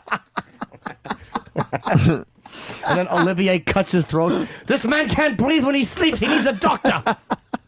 Fucking Jimmy, you think you're funny? I mean, that was... I don't know. Pound for pound. This fucking Marathon Man reference, my friend. Why would I want to do Ounce a for fucking ounce sounds radio kind of show? funny. But pound for pound, I mean, Pound you're going to have to for do a pound. little better than that. What a douche. Stansbury. Bob, Pennsylvania, what's up? Yeah, guys, I just wanted to let you guys know I used to listen to Bob and Tom and then Mike and Mike, but nobody compares to you guys. You guys rock, guys. Thank really. you. Mike and don't and worry, Mike I took suck, down those Dick. numbers, and I will be calling him. All right, thank you, Bob. Thank you. Thank you. Yeah, we got to rent a plane to circle his radio station at 3. Yeah, that's a good idea. With Opie and Anthony rules Cleveland, right, Benny?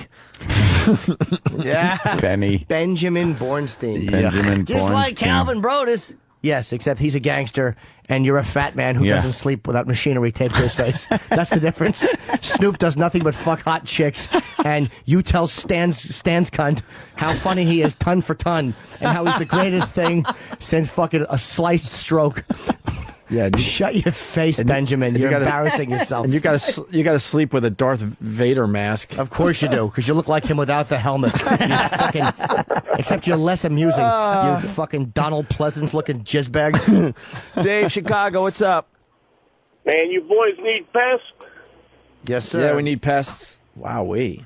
The boys Who are get the slits? pests. Don't make a fucking maniac out of me. The boys get pests. Thank you, Dave. Linger longer on that one. Brad, Cleveland, how are you? How are you? Hanging in there. What's up, boys? What's up? By the way, just taking live calls, not one fucking Benjamin fan calling in. What do you got, Brad? Benjamin's a douche.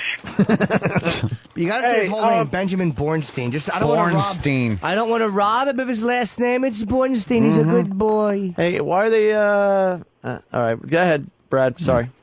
No problem. Hey, I just wanted to get in and let everybody know that the station isn't downtown. Okay. It's actually out in Independence, Ohio. It's about 10 miles south of downtown Cleveland. Okay. 6200 Oak Tree Boulevard. There you go. What's the 1600 Oak Tree Boulevard, and what's the zip code in case people want to mail in? Jimmy, 6200, not 52. Oh, 6200. Yeah. Yep, fourth floor. It's just like an office complex area, so it's not like downtown would be. Okay, so people want to mail anything. If you get a zip code too, they can mail thing. Maybe they'll want to mail. Hey, we're fans. I believe it's 44114. I think. Okay. All right. Very good. Hey, if you're a fan of Benjamin Bornstein, tell him. You don't have to badmouth him. Ass. Oh, language, sir. We don't like that type of talk here. Hey, ass. Midwest Militia's got you. We got 33 members, and we're coming strong. All right. Look at that. Fuck We do. Maxwell. We still have some pests. I like to Thank hear you. that. We haven't acknowledged the pests in a while. I know they're out there. I wasn't sure how many, but it looks pretty good. Looks pretty good. Always looking for new recruits. The pests are just evil. And then they did the wordplay thing with the virus. What's a virus? We know, sir. We don't think it's a real virus. It's not a virus. It's Joe. We know that. Yeah. We know. We get it. We wouldn't wake up early to come to a virus every day. He's desperately trying to find some dishonesty, like, aha, got you guys too. But we're not pretending that it's not a show, despite what the message boards say. Yeah, we're trying. Oh, come on. What's in here? What's this? What's this and this? Ooh, surprises. Always good to have surprises in the CD player. Well, we're doing our own show, and I don't like these CDs in here. Oh. Give me this. Goodness gracious. Uh-huh. Oh, I like this one. Save that one. All right. We got lovely girls outside the studio. Lovely girls. Yeah. Where's Jimmy? This was for Jimmy. Jimmy! Hey! It's discussing something. All right, getting back to the animation contest really fast. Yeah. I know there are people out there that are very excited about this contest. I'm telling you, this is gonna be a biggie for the radio show. Certainly is. All I ask, I gotta say it again, all we ask is that if you're doing an animation, don't put it on the internet, don't put it on message boards. We want it to be a nice surprise for the people that go to the... It's gotta be fucking fresh. Right. We want it fresh. Right. They don't, we want it to be, exactly. Very fresh and get a natural first time reaction. Let me get through this brain freeze. Hold on. Oh, that's a cold smoothie. Oh, that's the worst, right? Oh, what a pain. I know, that's really weird. That's nice. It's like people. I feel like fucking Maury in the front seat of the car. Gonna get some Danish Rebel. Yeah. By the way, speaking of Maury, that's Maxwell. That's who he looks like.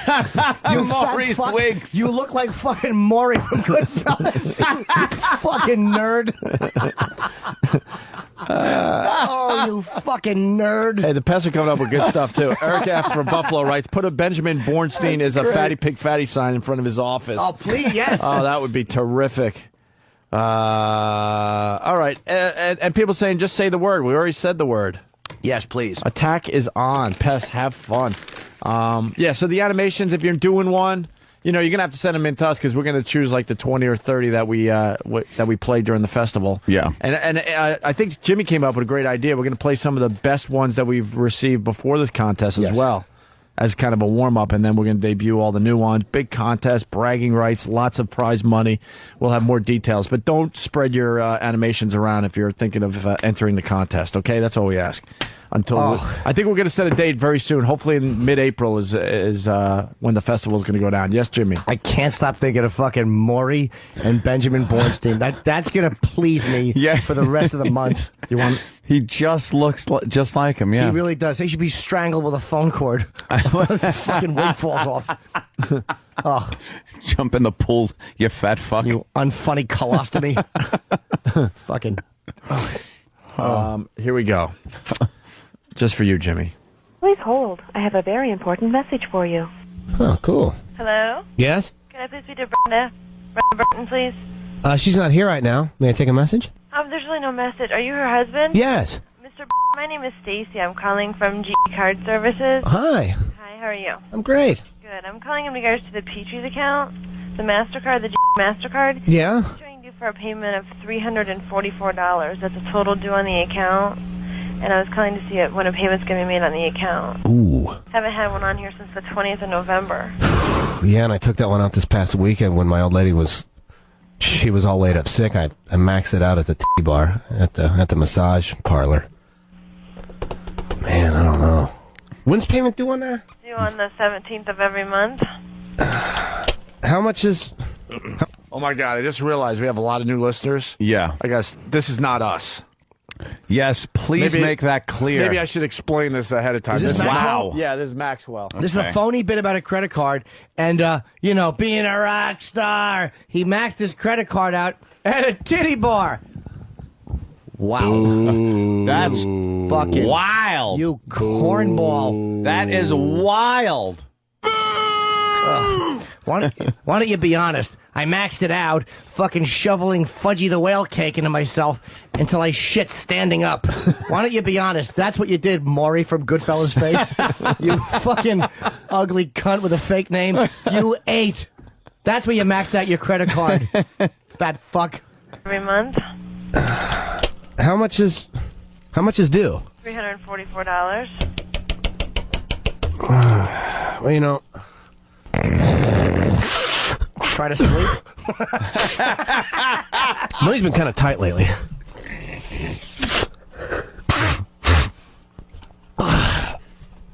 Hey, you guys want one? Of course I do. What was that? What? Here, man, I got a 20 here for you. Coke? Oh, no, man, I already got one. Thanks. Figured that out. How much is that again? Oh, my God. Are you Brenda's husband? Yeah, last time I checked. Hold on.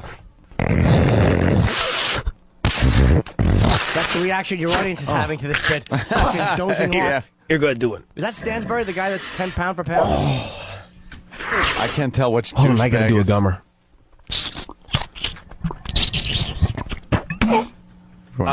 You're not doing coke. Do you think that's funny? I mean, do you honestly think that that's funny? I know. Money's been real tight.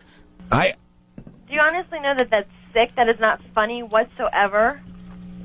You want to know what's funny, you dumbass, is that you called a radio station.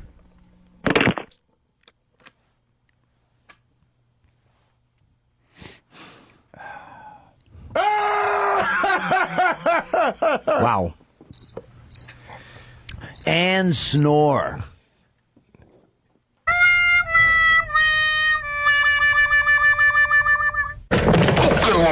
That's terrible. I'm sorry.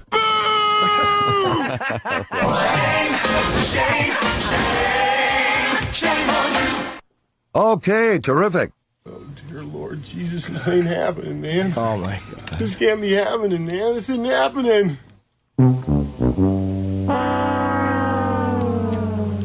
You fucking pseudo-edgy. Oh, fatsos. That was... Let me see if I could find the words to describe it. A bucket of shit. No, here's what it was. Take a little tin rusting bucket full of shit and just carry it around, and you'll have that. Should catch a fucking ice pick to the back of the neck on the way to the diner, fatso. That's what you should do. Why don't you buy a joke book for Bell while you're at it, you fucking unfunny hillbillies? Oh, my God, are they awful. That's fucking awful. Jimmy, I need those jokes. I need those jokes, Jimmy. By the way, dumb white guy from Oregon, he writes, O&A, they're so small, maybe I should stop listening all the way out here in Oregon. Yeah, thanks. Then he goes, where's Cleveland again? Oh, unbelievable. Just to do a little, have a little fun here. Okay, you take a map of, well, at this point we have to take a map of all of North America, Cleveland included, obviously. Right. All the way down to part of Mexico. Okay, our radio career, circle the entire thing I just said. Yeah. On a world map. Now circle Well, you want to use part of Maxwell? Cleveland. Or Yeah, part of Cleveland. Benny. That's the difference. And they're saying that we're not doing well. Well, here's the thing with Benjamin Bornstein. He's never been a funny guy, so he wants to be a rock star. He has an unfortunately unamusing guy with him. That was your idea of an edgy. That's the best you could do with that credit card call? Yeah. Hey, you dumbass. You called a radio station. We need some inspirational music for this next phone call. Something that builds. Something that builds. What do we got? Never one What of do we their got, bits. Derek? What do we got? We need something that builds. Something that just, gets people excited. How about taps? Think running movie. Right, the theme Think from the theme think from Rocky. Oh, I thought you meant the other running No, movie. I know, but I gave another example. What's Yeah. running movie? Yeah, this will work. Eye of the Tiger. This will work. We go to Mongo the Trucker. Mongo, what do you got for the show? Gentlemen, I believe cockpicks are in order. Cockpicks! Cockpicks! Cockpicks! We don't have Cockpicks! We need an email. Oh, they'll find the emails. The pests will find the emails. Cock pictures! Cock pictures! That's right. And cock pictures! He'll love them. And forward them to us. 'Cause we're faggots. Hey, they admitted it. Did you hear? And send some to Not Elo for old time's sake. Just a couple, though. Not funny. Cock pictures for everyone that works at that radio station. Eye of the Tiger. Turn it up. God, it's fucking cornballs. I like it. I like it. Luke in Wyoming. Luke. Yo, what's up, guys? Love the show. Thank you, Luke. I just want to say, you guys need to make more people mad. This is great radio. I mean, you just roll on people. This is what I want to do to guys in the office all day, and I get to sit here and listen to you. And by the way, you must not be doing well. I'm listening to you in Wyoming. Thank you, sir. I'm sorry that you have to hear this in Wyoming. And it's not even Of all about places. Chariots of Fire. It's not of even course. about being bigger than Maxwell or being more famous. That's irrelevant. The bottom line is, this guy, we had never heard of him, just started shit talking us. So it's like, what are we going to do? Not respond? Yeah. When someone shit talks me for no reason, I just want to continually brutalize them. I could do this all day. I'm a negative Benjamin guy, Maxwell. Bornstein Yeah. attacks you. You're the one with the faggoty name and the chokeable Maury face.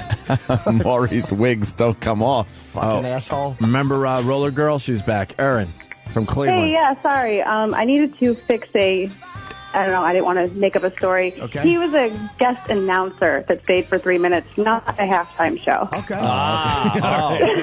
Didn't want you screwing that up. Thank you, Erin, for clearing that up. Whatever he did, he did it poorly. All right, we got very bored girls outside the studio. Why are they here? I don't know. Can we get a mic on them? Huh? No, we don't. Oh. We don't want to break. Why is Steve insisting? Well, F Steve. Well, give me a microphone out Hold on, there. maybe there's a reason. Steve there might be a technical reason. I don't think I'm uploading Foundry. My song has to be on iTunes. That's right. It's called Pendulum. It swings both ways, like I do.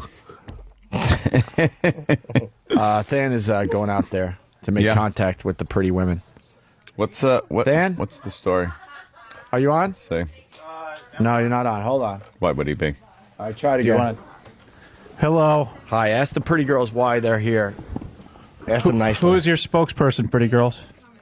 Oh no, you'll come in. They just want to know why you're here. Wait, who's the spokesperson? We want to come in and see you. Yeah. I can't see you guys.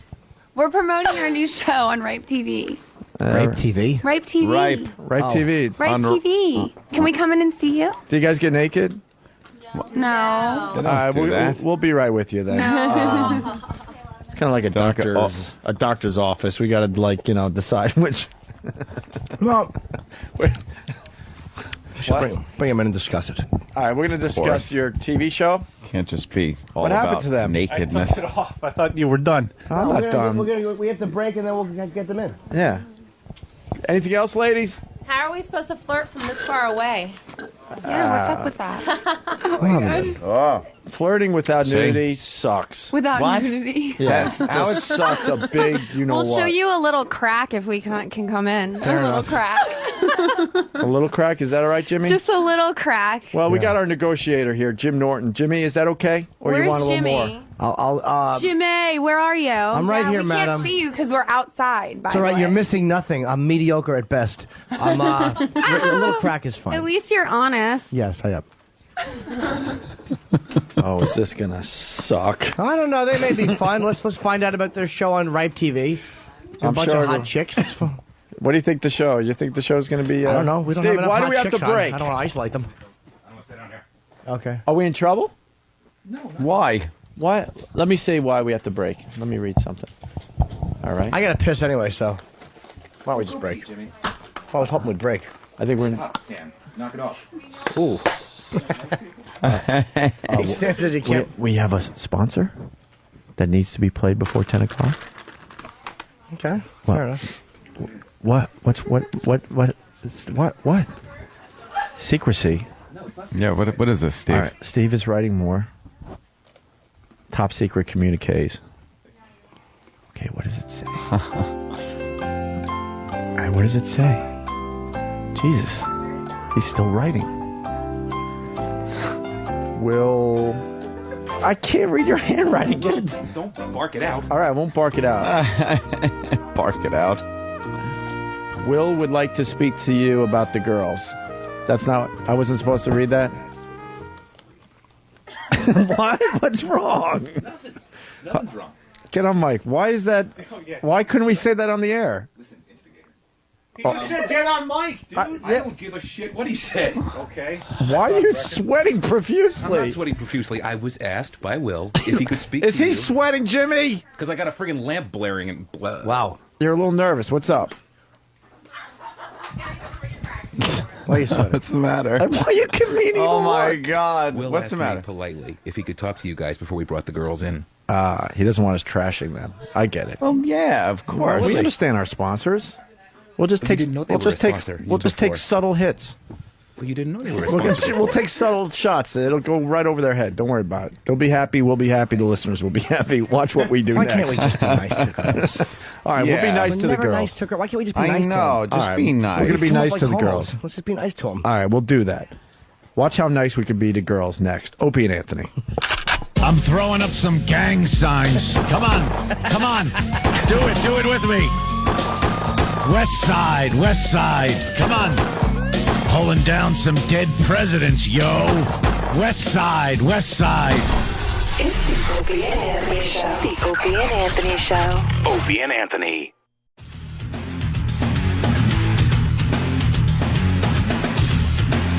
Hi, we're back with the Opie and Anthony Show. Got to jump in real fast. We got girls from Ripe TV coming in a few minutes. They can't hear us right now. They're getting a talking to. They're really, really hot. We got like 6 monitors in the studio, 2, 4, 5, 6.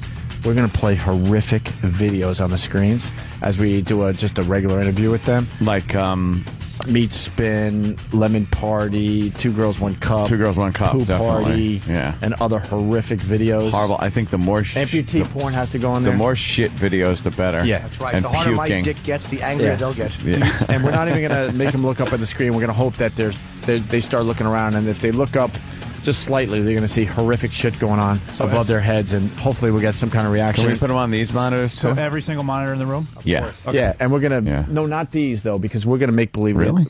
Well, these in front of us. Okay. Well, We don't wanna- where are they going to They might be? be over there, They're going to be way over there on the couch. They're going to see them around them. Oh, okay. You can put them up over here so we know what they were looking at. But, Yeah. Okay, you can put them on those screens. yeah, now? but if you put them on these, then they're going to go, look, those screens, you see it right there. We got to make believe. Okay. What are you talking about? Okay, we're going to try Gotcha. it and see if it works.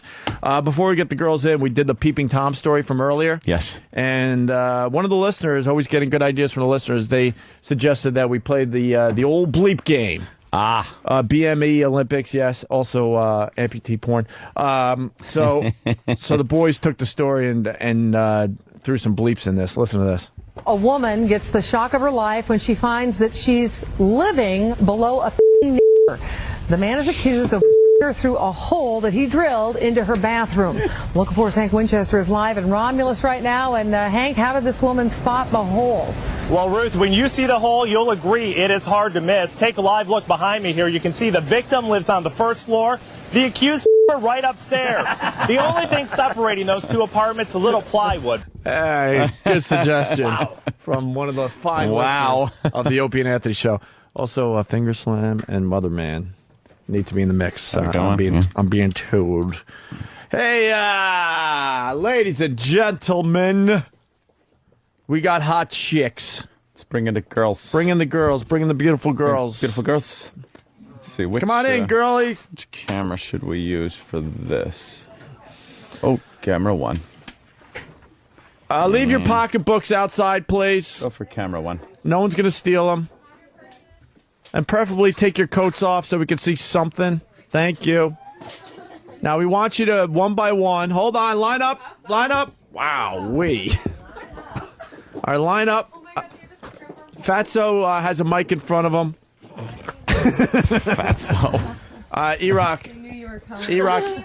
They knew you were coming. E-Rock, have them say their name and I guess like their best asset. My best asset? Yeah, E-Rock, handle this. What's my... Well, what what's do your you- name first? Oh, my name's Kelty Martin. Hi, everyone. Well, what's your best asset? As far as on my body, or... Whatever you think it is. It of could be that, course. right? In My life. best asset on my body would be my boobs. Boobs. what size are the boobs? 34C. And they're real. 34C. Thank nice, you. very good. All right, move on, Fatso. Oh, look at him What's your trying to name? make his My way. name is Erin Noss. And your best asset? Everything. Oh, I don't know. confident. I can't pick. Well, She just likes all of her. She would know, too. I'm just kidding. Oh, a little lesbian stuff, huh? We're very Something. good friends. What's your best asset? Guys have told you nice eyes, nice ass. What is it? What comes up the most? I guess my I like my boobs too. Copycat. No, I do. I love them. And what kind of boobs you got? She's got nice. nice ones. C's. You don't have moose noses, though, do you? Do I have what? Wait, I missed that. Am I? It's the way. Have you ever seen like boobs and if you look at them, they have like moose noses? I've heard of moose knuckles. No, can we find a picture of a girl that has nice moose noses? Wait, Kelty, you were the first girl, right? Yes. You were on Deal with No Deal, Deal or No Deal? Yes, I am. Oh, you are currently. Yes. What do you do? You want the models? Yes. What else would I do? As I asked that, it was a stupid no, I question. sweep the floor at night. Oh, Jimmy! Face. I guess, Jimmy, you don't really watch the show. No, I do watch the She's show. one of the beautiful girls with the briefcase. I should have known. Howie's that, Howie's a good friend of ours. Oh yeah. He does the show every Howie's time. Awesome. He does the show every time he's in New York. He's nuts, but he's a good friend of ours. Yeah, he is nuts. With that OCD crap. I know. And you're Erin? Yes. Okay, and you're a model. You're in Sports Illustrated, and Maxim and Abercrombie and Fitch. Yes, amongst other things. You're model naked, pose naked. I have before. For what magazine? I was in Abercrombie pretty much. Naked? Completely. Yeah. Nice. I was on a horse though, so. Oh, really? So Yeah, right on the fur. beautiful. I saw a video like that from Seattle. I love horses. Hey, you girls could sit down as we interview you. Because you look like you want to. We got enough mics for everybody. Who's our. What's your name? Cara Monaco. And your best asset? My smile. Aww. And you were Playmate of the Year for 2006. Yes. So you were nude. Yes. Jesus, Jimmy.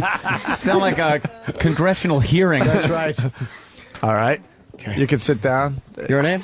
Tiffany. And your best asset? My eyes. Very nice eyes. What color are they? Blue. Very nice blue eyes, yes. What is Then and Back on MTV, which you were on? There and Back was a reality show on my life. Oh, There and Back? I'm sorry, we have There Then and and Back. There and Back. I don't know why Then and Back would make sense. Then and Back. So you tell me it was a reality show about your life? Mm-hmm. And I had a baby on the show. Oh, really? And it was the first baby ever born on MTV, so they were in the delivery room with me. Oh, cool. It was pretty crazy. You get your stomach back? I mean, I'm not looking too shabby, right? Come on now. What's the little tattoo? I see a little tattoo. Hello Kitty. You want to see? Yes, I do. Yeah. Wow. Oh my God! It goes all the way. She has it. It goes like way below her pants, like right above where the Hello Kitty. clitoris is. Hello Kitty. I mean. Oh no, I get it. I understand it. All right. Get it? She's explaining to me like, no, I got it. And now that we got to see your nice stomach there. Yeah, I got it back, right? Any advice to the ladies out there so they don't get that lasagna belly? Ew. I don't know. Work out and don't eat like a pig. And don't eat too much, right? Yeah. Your body will allow you to gain about, 10 pounds for pregnancy? Anything 10. Yeah. I gained like 40. 40? 40. Is that about normal? I don't even know. I think so. They say like 20-something, but He's still in range? I think 40 is pretty normal. Right on. And I Very wasn't good. even eating like a pig. Right. And I gained 40. Very cool. How old is that tattoo? Not that old. That comes really close to your vagina. Yes. It does. It looks cute though. Didn't it hurt? Not so much. I used to date a girl and she had a tattoo on her lips. On the lips? Yeah. Whoa. It seems like very uncomfortable. It seems uncomfortable, and then to get it done is probably uncomfortable. Yeah. You know, I mean, that- to be sitting there with your legs spread I don't know open why while she somebody did. It was a tattoos. really weird tattoo. It was it was a penis. It was a penis? No, I don't want to say what it was because then whoever dates her now will know that I. Whoa. All right, you can sit down. Very, very nice. What's your name? Hi, what's up? I'm Coffee. Hi, And your best asset? Probably my lips. I Yeah. get no complaints. Oh, she says no complaints. Lovely. And you're the right color of black. What does that mean? Look at her. What kind of remark is that to Well, make? look at our Jesus. black guy. This guy's black. I was like, okay. Exactly. See, I'm black and tie, so I have that So you exotic got a look. nice, very nice combo. Tiger Woods going on there. I wish I had Tiger Woods money. Yeah. Well. Yeah, I'd take that. It says you were what's Wild and Out on Wild MTV. and Out with Nick Cannon. It's been a show for the last couple years. It's improv comedy, and he has different people compete. 2 teams compete for Right. comedy title, and I'm Oh, one of the cool. pretty girls on there. I say who wins, the rules of the game. Can we get a mic on those girls over there? Very Wait, nice. hold on. Eric, we got 2 more. I didn't know that was possible. Here? What is that? What are you talking about? Yeah, we try to do interviews. What's your name? Amanda. Hi, Amanda. And what's your best asset? Probably my ass. Yes. And Amanda was a playmate of October 2005. Correct. You have a nice hiney. I do. I work out a lot for Do you it. really? Mm-hmm. Do you wear G-strings and stuff? Obviously. No, you can wear boy shorts. I do wear boy shorts, but like when I sleep, not day to day. I was hoping you should show her. Very nice. Yeah. And what's your name? It was a good try. I'm Tammy Donaldson, and just so like the listeners out there, these guys are watching porn in the. What are you talking about? Oh, Jesus. What are you talking about? What are you guys talking about? These guys are watching porn. Everybody, just so Wait you a know. minute. We got the news on. Look, we got the news on, so we're well informed. I don't know what you're looking at. Someone's taking it in the butt. This is really nasty. Around. And it looks like gay porn. It's gay porn. What are you talking? Look at our TVs. We got MSNBC on. We got NBC. You guys are pervs. Meat spin. They watch gay porn. What? We're not watching gay porn. We're talking to the Yes, beautiful you girls. are. Don't lie. So I guess you're not turned on by all of us. We love you. You kidding me? We absolutely love you. Certain equipment piece you need. Okay, equipment piece. All right. So you're on the show called The Ripe 7. Yes. How is that chick behind the guy? What? The transvestite. What are you guys talking about? The Rape 7. That's on Okay, our so- show. Our show comes out this spring.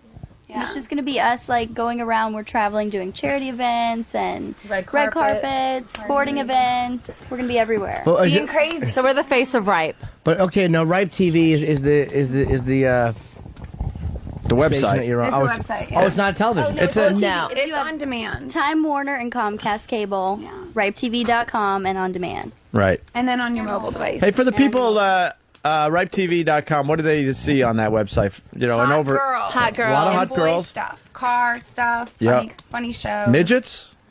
Yes. Good. Midgets. Midgets always good. There is midgets. What else? What are you gonna do that's Yeah. weird or crazy? What are you gonna do that's crazy? You'll just have to watch and see. Well, no, you got to tell us something. 'Cause it's almost like that's like they don't. Yeah, they if you don't just preview a movie and go, it's action packed, and then just give you the title. They show you a little bit. Well, there's all kinds of shows on Ripe. They have a model dating show with Jamie Kennedy. Models at 10 a.m.? Models Was that it? before 10 a.m.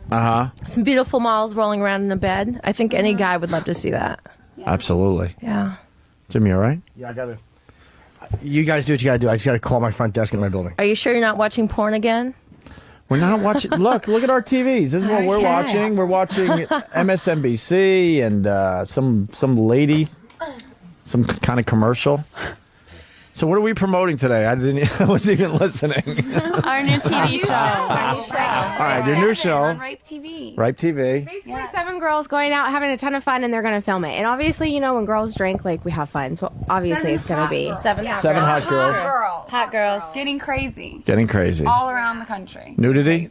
Almost and nudity? Ripe will be taping us. Little nudity? Probably. Boy shorts? I would imagine. Cleavage? What are we looking at? Huh? She doesn't even want to be here. Who? What's the The problem? one in the coat. Yes, I do. In the code.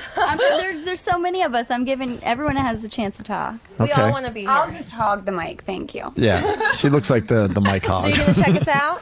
Yeah, well, we like Ripe TV. Our own Sam and Than have done stuff for Ripe TV. They don't look as hot as you guys, but they've done some stuff. Put them in a bikini. They'll be just fine. You think? All right, Jimmy, we're talking about Ripe TV here. Ripe TV? Yeah. Cool. Do you watch Ripe TV? I do not know. Well, you're gonna now, right? But I want to know what stuff you guys are going to do, because you have to. I mean, the internet's a very tough place to compete, especially when everybody is clothed, because it's obvious you can get whatever you want on the net. So what are you going to do on that makes different and makes people want to go there? Well, it's all shows based for guys. Boring. So, whatever. Racing, midgets, like you said, hot girls. Okay.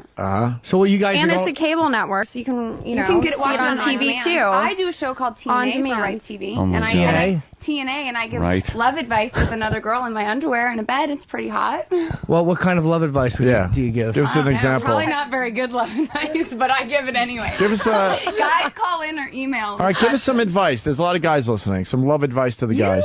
Ask me a question. They Can write we- in with questions, or they You call really with want us to ask you What a type question? of question do you have, Jimmy? Well, I don't necessarily have any, because I do an advice show as well. So what I'm saying is it would be kind of cool to do one together. Yeah. I think that Well, would be fun. A question, I guess, that you know, a lot of guys ask us to try to figure out when we have beautiful girls on. How do you get the balloon knot? How what? How do you get to the balloon knot? What? What's that? What? You know the. What Gregorio is saying is Get it out, boys. Come on. a lot of times the balloon knot is kind of it's a way. A lot of guys don't want to go out with girls. We have regular sex, we have oral sex, Right. But other times you want the taboo form of sex, you know, Right. The You back know. door Go get a prostitute. for anal sex. Yeah. Go get a prostitute. No way. Leave Get it. some Valium. All right, hold on. We got different point of Yeah, we views. have different. All right, let's go down the line. Iraq, hot girls. Coffee says hooker. All right. Hooker, definitely hooker. I think. Sex in the back door. Thumbs up, thumbs down. Let's go from left to right. If it's done right. All right, we got it done right. Hold on. All right, hold on. Now we're on to Totally something. agree. I concur with Wait, that. Miss Maxim says, "All right, now I like that. What is what does done right mean? Yeah, what is done right? This is good It's advice. got to be done right, and then it's really good. Yeah, really slow. Whammed in. You, I you find gotta ease your way into it. Right. Absolutely. How do you feel about the distraction method? The distraction method. Like you go look over there, and when they look, you just do it real quick. Yeah. It's kind of like taking medicine you don't want to take. Yeah. That is so great. That's it. It's like a tap tap. Are you guys? Then they're like, forget it. Hold on, hold on. my Everyone's talking at the God. same time. Hold on, because E-Rock's not paying attention. Why would he? He's thinking about lunch. Oh, poor sweetie. What were you saying? Not her, E-Rock. That one. What? He's still not listening. Danny's Put got some it. fucking Because headphones when you on. do the sneak attack like that, then they're pissed, and then they're like, So you're no, not a fan forget of the oopsie? Oopsie, no. No oopsies, right? No. And then when the girl yells, "Ow, what are you doing?" You go, "Oh, come on, I'm already here. Don't be silly." Yeah, right. Then they're pissed off by that point, though. So, what kind of advice do you give? What kind? Give us. No, Jimmy, let's go down the line. We got. Hold on. Okay. Hold on. We'll get to you again. Any other advice? Hold on. We're on to something here. All right, we got a if done. Hold on. We got a if done right. Let's move on to the next lovely blonde. I agree. If done right. If done right. So you like it? If done right. Who's done it wrong? Lots and lots and lots.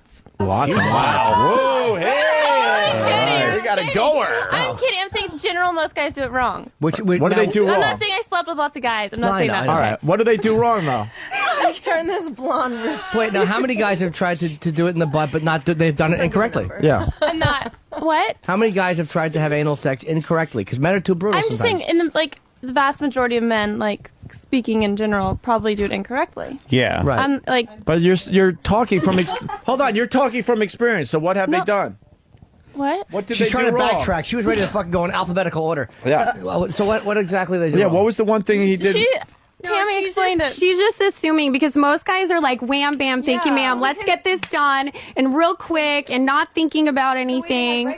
Oh yeah. And We got an Xbox to get so back she's to. just assuming, you know. All right. So. That's exactly right. All right. Let's move on, E-Rock, to the next. Coffee says get a prostitute. So You're not going there. You can knock. The door is not open. I'm good. How about a pinky? Yeah. How about I don't want anything. How I'm about good. one I'm good with that. one knuckle of the pinky? I'm good. Would a guy like a pinky? Yes. Yeah. And I'm not going there either. More than a I'm good. pinky cough. I'm good. So I'm let's like, talk cough. Let's get down to press Yes, a guy would like a pinky. Yeah. I'm telling you, that's what you got to learn to do. You well, slip you've been a pinky watching in. gay porn. I think. No, we it's not weren't gay. watching gay porn. I don't know what you're some talking ideas. about. No, it's not a gay thing. I don't want a penis. Just a acting little bit of a sucks. pinky. Okay, well, I'm not your girl A then. little bit of pinky. I'm sorry. What's I'm the not wildest your thing you girl. do, Coffee? What was that? What's the wildest thing you do then? 'Cause that's pretty wild. The back door. What do you do? It's for me and my partner. Like I'm pretty wild. I like positions, different areas, different meaning places, not areas on my body. First of all. All right. What's a weird place? He's got an attitude. I like it. While he's driving. You like to you give him Hummers while he's driving? No, I like. Just use your imagination, Wait, Jimmy. you have- What are you doing while you're? Wait, you have intercourse while driving? That's all I'm gonna say. How the anal fuck sex do you is do bad. that? Keep going. Well, no, we have to know. Prostitute for anal sex with me. But meanwhile, she'll endanger the lives of everyone on the highway. I didn't say it has to be on the highway. Well, where else would you do it? But how do you do it? Like, are you both facing the road? No, you're facing him. All right, I'm just asking. Yeah, so you're straddling him. Wow. You've never done that? But No. you've had the pinky, you said. Oh, I've had more than a pinky. Oh, I've had a pointer finger, but I don't like. No, when I'm driving, it's too nerve wracking. You need to try. You need to try that one day, Jimmy. I couldn't keep an erection driving. It'd be I too, think too you would nerve-wracking. definitely be happy. Yeah. It would frighten me. All right, let's go on to the next one. She's the one that was on MTV and gave birth. Yeah, I'm totally down. And for has a it. nice It's done stomach. right as well. Are you? Mhm. You're in? Yeah, for sure. Do you have a fella? Maybe you should have stuck to that. I think it might have been better, and the pinky's fine too. Really? Pinky's actually better. I mean, because I think you have to save the back door for just special occasions. You know, can't be on a regular. Yeah, like a basis. third date. I love that. Birthday, there you go. Exactly, a special occasion. Pinky Yeah. you can do on a more regular basis. Very cool. She's lovely. Save that for a Sunday morning.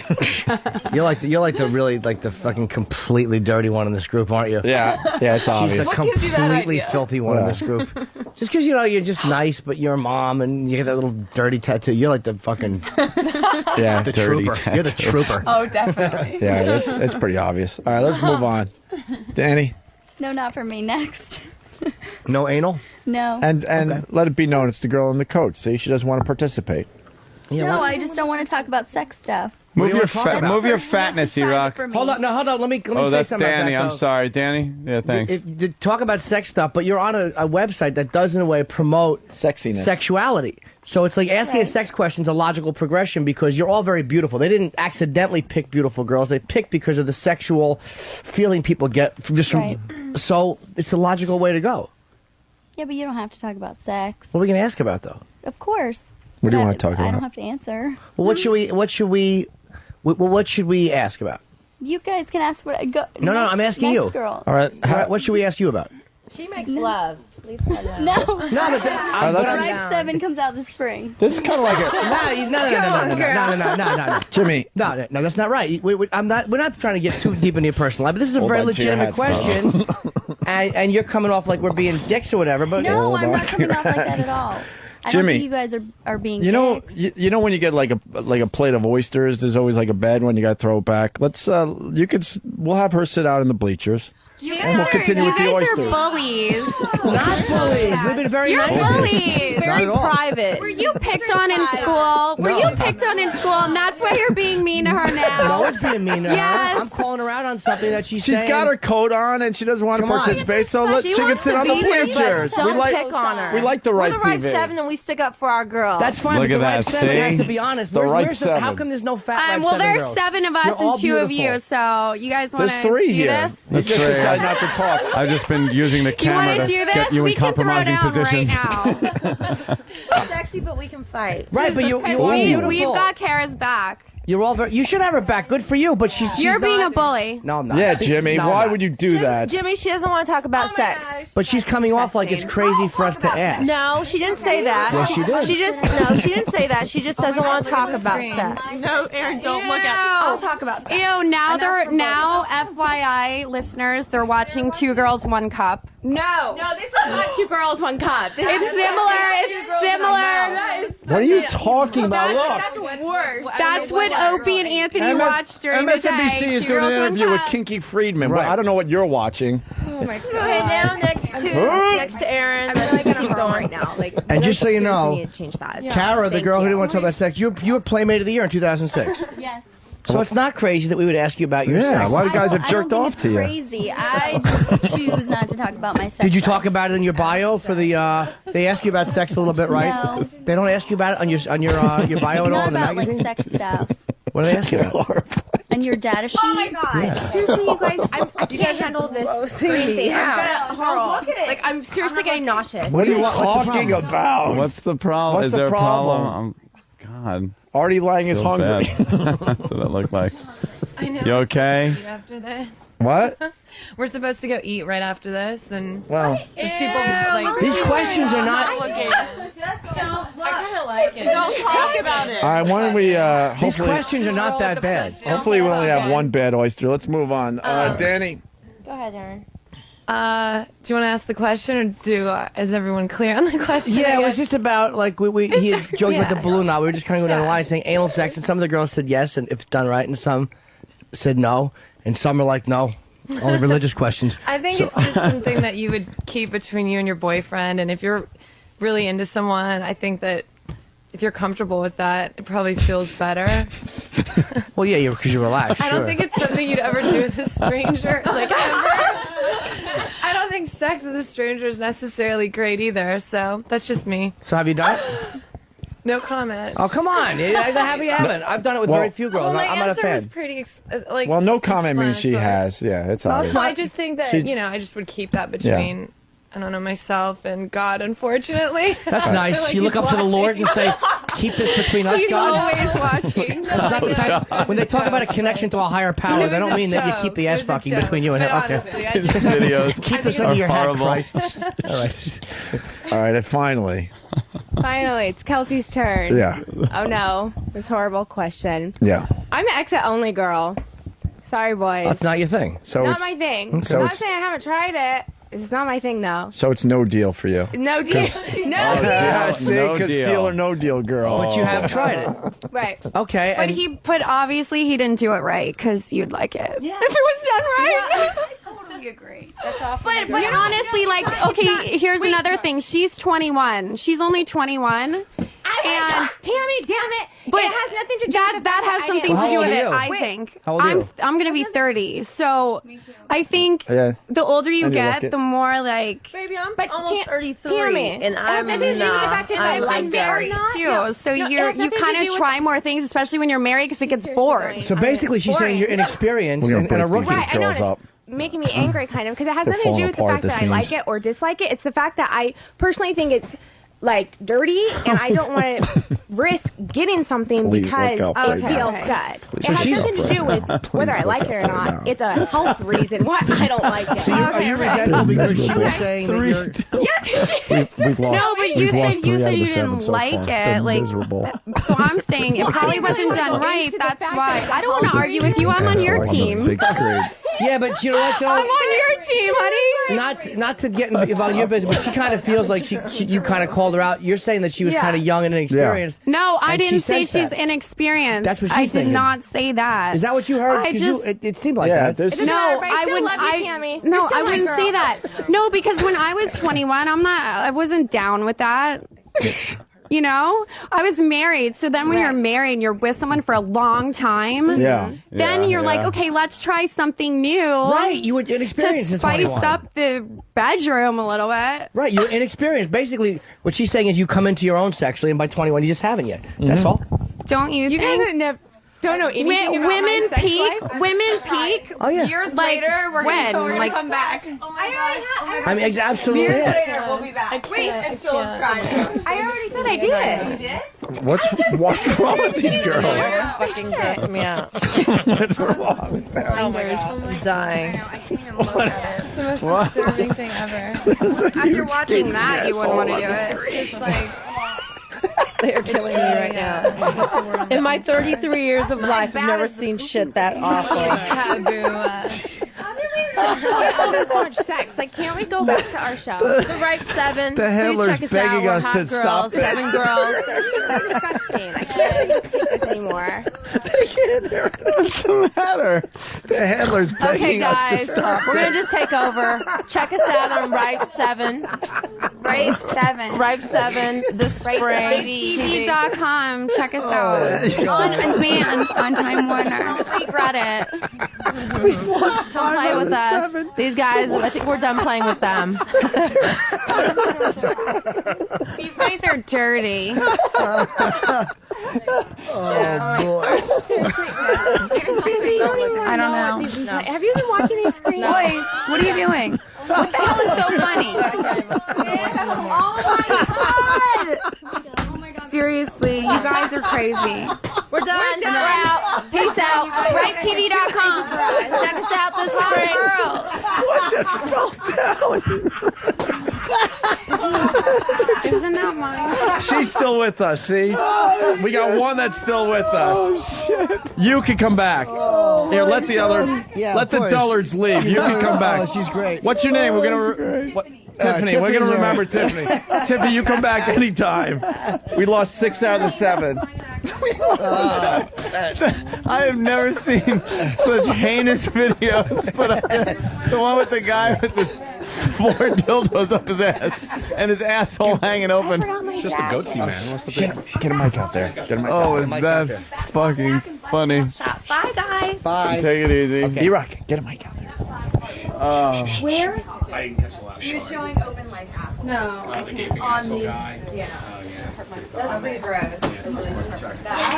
That's not even good in the air. That's not good, boys. That's not even good in the Somebody was shitting on somebody's No. before. Yeah, someone was pooping on me. That is not okay. Not exactly good breakfast fare. Yeah, exactly. I heard of But please understand me. Look, this is a guy show. Oh, no, I don't mind I need the food, like, conversation. ASAP. I don't even want my burrito I'm anymore. going to call that. Okay.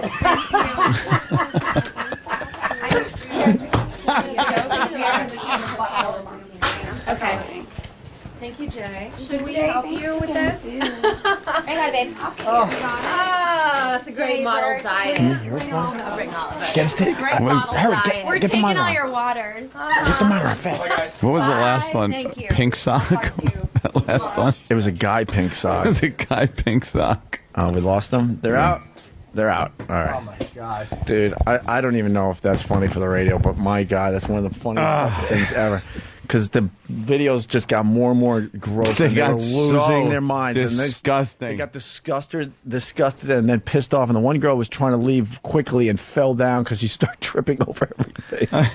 They were Then we just- got them to fight amongst themselves after this. They were talking about this unity they have. Yeah. And then it just The thing was this, man. That Going type at of each shit other. drives me nuts. It's like You posed in Playboy, but you're keeping your jack. Just get the fuck out.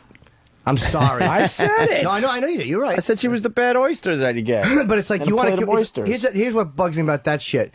It's like you're promoting something because of your sexuality. Your sexuality is what's getting people to watch, which is cool. But don't be completely prudish when we're asking you a few personal questions. It's like you want people to look at you and find you sexy. That was a very valid question. Oh, is that fucking Where's funny? Will? Oh, Will's right there. Will! God damn, is that funny? How much cleaning up you're going to have to do? In other words, there's no ever cleaning that up. Hey, dude, they were fucking horrendous. Except the one girl was really cool. The rest of Tiffany. them- Let's remember Tiffany because Tiffany was very nice. She really liked us. But the rest of them are too used to MTV shit, and it's Yeah, like, you know fuck what? you, man. Stop trying to be sexy if you're not going to cough up information. The one girl that was freaking out about the questions with the reddish hair, Yeah. when she walked out, she was visibly shaking. Oh, I know. Like she was just a quiver. Her eyes were all Well, she's watered. part of Deal or No Deal. She's like, fuck. But we weren't even being mean to them. We were just No. being silly. Like it The wasn't one like, girl had the attitude. I'm sorry that she had a coat on the whole time, and then she didn't want to, even Yeah. have some kind of Playmate of the year. Right, Yeah, really. You know how Real many sexy. Know how many batches of jizz have been spilled because of that? shit? 2 in this room. I thought we were pretty well behaved, quite frankly. Yep, just showing some porn accidentally. Some gaping ass. Oh my god, dude! No harm. The gaping ass was had me laughing so hard. The best part is like you'd seen this horrific video, and you're like, please look up, and then they would look up, and just all hell would break loose. The handler's face. I hope that. Oh, I know. Some of that was captured. Yeah, that Just was the horror. hysterical. Yeah, I'm sure it's a real fun show. You can see the girls really, real playful. That's what you want to see. 7 girls just giggling at their own adorableness. Enjoy the least- show, folks. Jeremy S. from Cleveland, Oh, a God. regular, he writes, they left the studio quicker than from a Great White concert. Not funny. That was so fucking funny when that gaping ass was on. One girl looked up and then in horror she turned her head like she was going to get whiplash and covered her eyes. The girl was really freaked out about the shitting on the face too. Yeah, that And was the a guy, good she one. was just like, she's like, that's just not right. That is just wrong. That was wrong, fucking wrong. Dirty, hilarious. filthy, There's one dirty. clip, it looks Hysterical. just like Artie Lang, and he's got Yeah. puke just puked into his on. mouth. Let's go to Mike the Trucker. Mike. Hey, what's going on? Hey. Been listening to you guys for 2 years, and I've listened to you blow up some interviews, and this is the greatest of all time. You guys are the best, man. Thank you, sir. Later. That was one for the ages because it was just so fucking funny what was popping up on that screen. So all they want to do is just come in and expect the fact that they're hot to sell something. It's like, first of all, it's radio. There was one guy on all fours sucking a tranny's cock and getting another tranny cock up his ass. Wow, where can I see that? LuckyDevil.com. And he was very hungry for everything, and these girls are like just horrified. Yeah, horrified. I'm looking forward to the phone call with the CEO later. Yeah, today. that could be a Yeah, problem. explain to the CEO that I'm sure that it's a really cool net or channel, but it's like if you send these girls Right in, TV, man. You know what? If you like that segment, do us a favor. Just pop on Right TV for a minute or There two you and go. get their hits up or Get whatever. their hits up and or then whatever you have to do. Perfect. yeah, let the CEO know that. Well, they were let's just save kind of, Will's client because we don't want to lose a client. Will believes in us, so we shouldn't blow up his spot. He left YSP for this shit. Well, what are you going to do in YSP now? I mean, Exactly. All right, thanks, boys. All right. All right, thank you. Money, money. Oh my God, that was too Did we funny. explain everything just to like totally paint the picture? Then Jimmy had those Yeah. two fucking fighting right after they said they're all together as one. Oh, I was trying to egg her on. The black I girl know. Coffee was ready to scratch my eyes out. Yeah, she hated was you. fucking pissed. She couldn't stand you. And then the other ones looked like they were just getting drunk from the videos. They were so horrified by the videos that were playing. I couldn't stop laughing. And once I saw on Anthony's screen, because I didn't want to look up, it's too obvious above Yeah. us. And I saw the fucking guy ass cave where he's just opening his That's the asshole. one I had to do. Because for the people that were on Pal Talk, I switched from the girls to the video screen so that they could at least get a line on what the girls were looking at. Yeah. And that's when they really just started laughing their asses off. The one guy who opened up his asshole pretty much sat on the equivalent of a fire hydrant. It was huge. That was the knockout punch. That was the knockout. Because it was after he had pulled it out and he was gaping. It just opened. And they were going by so quickly. those Oh, pictures. yeah. What a montage. That was nice. So I got to remember that. Send a slideshow to Grandma. Oh, it was some. That's very funny. I enjoyed that. I enjoyed that. Yeah, me too, man. God damn it. Fucking Playboy Playmate, and then keeps her jacket on and wants to play that shy routine. I saw her the whole time, man. I watch these people when they're sitting out there, and I'm like, plugs. I knew she was going to be a problem, but I had an open mind. But since she came in, she was the one that was walking in with the pocketbook. Like, leave it outside, honey. Oh, God damn. That was good. Someone's saying they suck. They didn't suck. That did not suck. I got to defend this radio show. That was hilarious. I think he's saying the girls sucked for not playing along. Oh, let's go to... and they did, because we weren't being brutal. It was just an anal sex question. What are you, that timid? You're sexy, you're running around. Right. Your whole thing is how hot you are, but when it comes down to the brass tacks, you're too shy to admit if you've had anal? Yes or no? So what? Or at least come up with something clever instead of, like, that one making it girl, obvious that you're a... The one girl who did the advice show was fun. Yeah, she'll be back. She was great. Tiffany. Let's remember Yeah. Tiffany. Tiffany Lynn. Let's say hi to Rich in Jersey. Rich? Hey, boys. Hey. I got to tell you, I hate those broads when they're so prudish. They come off like they're hot to trot, and then, man, you guys Hot to set them trot. up perfect. 23 Skidoo. Easy. Hot Hey, to I've been trot. listening a long My time with Fonzie. you guys, and it really hits home when you hear that kind of bullshit. Yep. Love it. Thank you. The Colugia sisters. Hey. Hot to trot. I love this guy. Hey, she's hot to trot, Cunningham. Yeah, she really thinks who the fuck she is, don't she? Like Ace. Fucking Pesci should be fucking putting your head in a lap. Thinks who the fuck he is. Tom for Philly, the lines are coming in now because I'm not sure what was heard. Tom writes, I think everyone missed Opie's line when the girl said she was 30 years old, and he said... Oh, my God. I know. Oh, was that nasty? And then someone else heard the variation of the C word. Oh, well, for a certain person on the couch, it was changed slightly. Kunt. Kunt. You're being a kunt. Wow. Eli, Jersey. Bravo on getting those videos up. Yep. Very Nice good. job. Who's that, Happy Than? birthday, Jimmy. Good job. Thank you. And you said my name wrong. Wait, what are we doing? I said that was Than that got the videos up and running like that, Well- even after a serious computer crash. Dude, well, that has to be explained, too. Could ruin the whole bit. We came up with this great idea, and the fucking system froze. We're like, now we have to actually, like, stall and ask him some stuff. Yeah, that's why. That's when it got really bad, because we were trying to thank get the God- cameras or the TVs back up. Thank God the listeners hung in there to the end, because now know what we do. We're going to cut that up and get rid of all the dead spaces. And then when we play this over and over again for the next 5 years, people are going to go, remember when they were on XM? They were so much better. They suck now. Like we're assuming we'll have jobs in 5 years. Jesus Christ. CB radio. CB.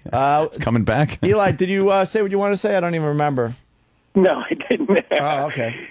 That started off as the biggest train wreck. It was absolutely unbearable. We were listening to it on Pal Talk, and it was like, boring. And my Lord, that turned out to be some of the best radio I've heard ever. Ever. Look at that, Maxwell.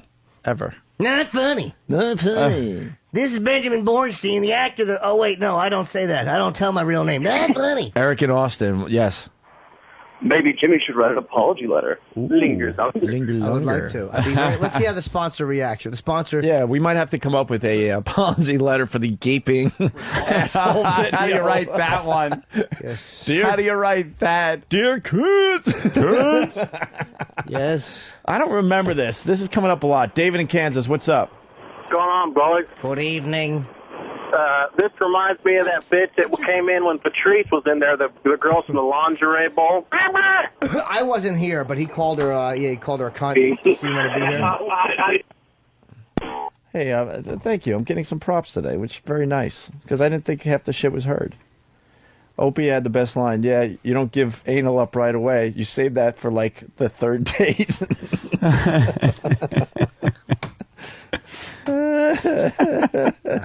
God, those chicks. Oh, this is really funny, too, yes. Hunter in Canada. I thought this, too. Go ahead, Hunter. I like how that one bitch says, attention listeners, Opie and Anthony are watching gay porn. Like, we're going to get all scared and go, we're not going to listen to this show anymore.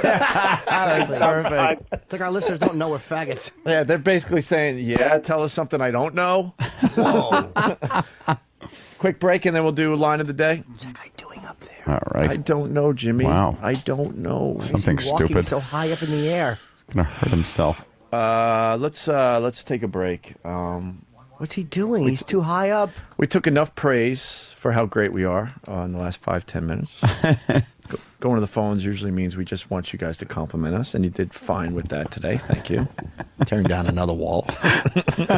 We used to do that a lot. We were the biggest losers at NEW. We would do like a 5-minute bit that we knew was great, and then we'd go to the phones casually like, oh, hey, what do you have to talk about today? That was the funniest thing. Really? Like, I didn't see that written on the screen before I took this phone call, but thank you, sir.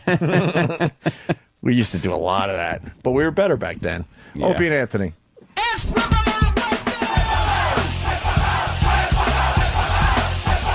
Wednesday. Oh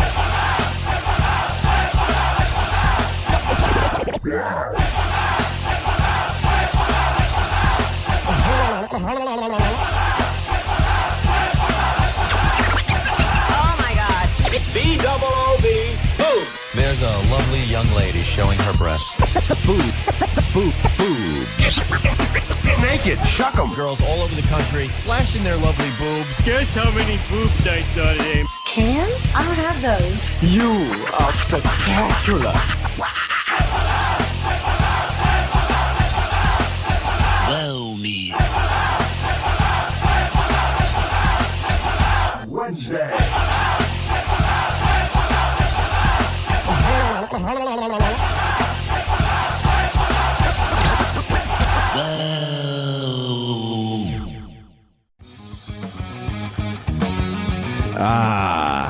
Settling down. Still talking about what just happened. Where's Sam? Sam was videotaping that whole thing. We're hoping that... Sam, you think we got some reaction videos? You think we got some we can maybe pop up on a website that brings that whole bit together? Yeah, I was filming their faces the whole time. As they're looking at the horrific videos? Yeah, like mid-sentence when they would just stop and go, what the hell is that? And then I also hid behind the water cooler thing and tried to film them while they were leaving. Nice. Did they enjoy themselves? I think so. Yeah. Yeah, they enjoyed themselves all right. Hopefully you can make something out of that because people want to see that. Also, we got Sam's wrestling promo, but we're going to have to do that tomorrow, Sam, okay? Sam, He almost got some. By the way, the reach for the headphones that stupid just made, and then the okay. Okay, like that's what I knew was going to happen. I put to push these headphones away.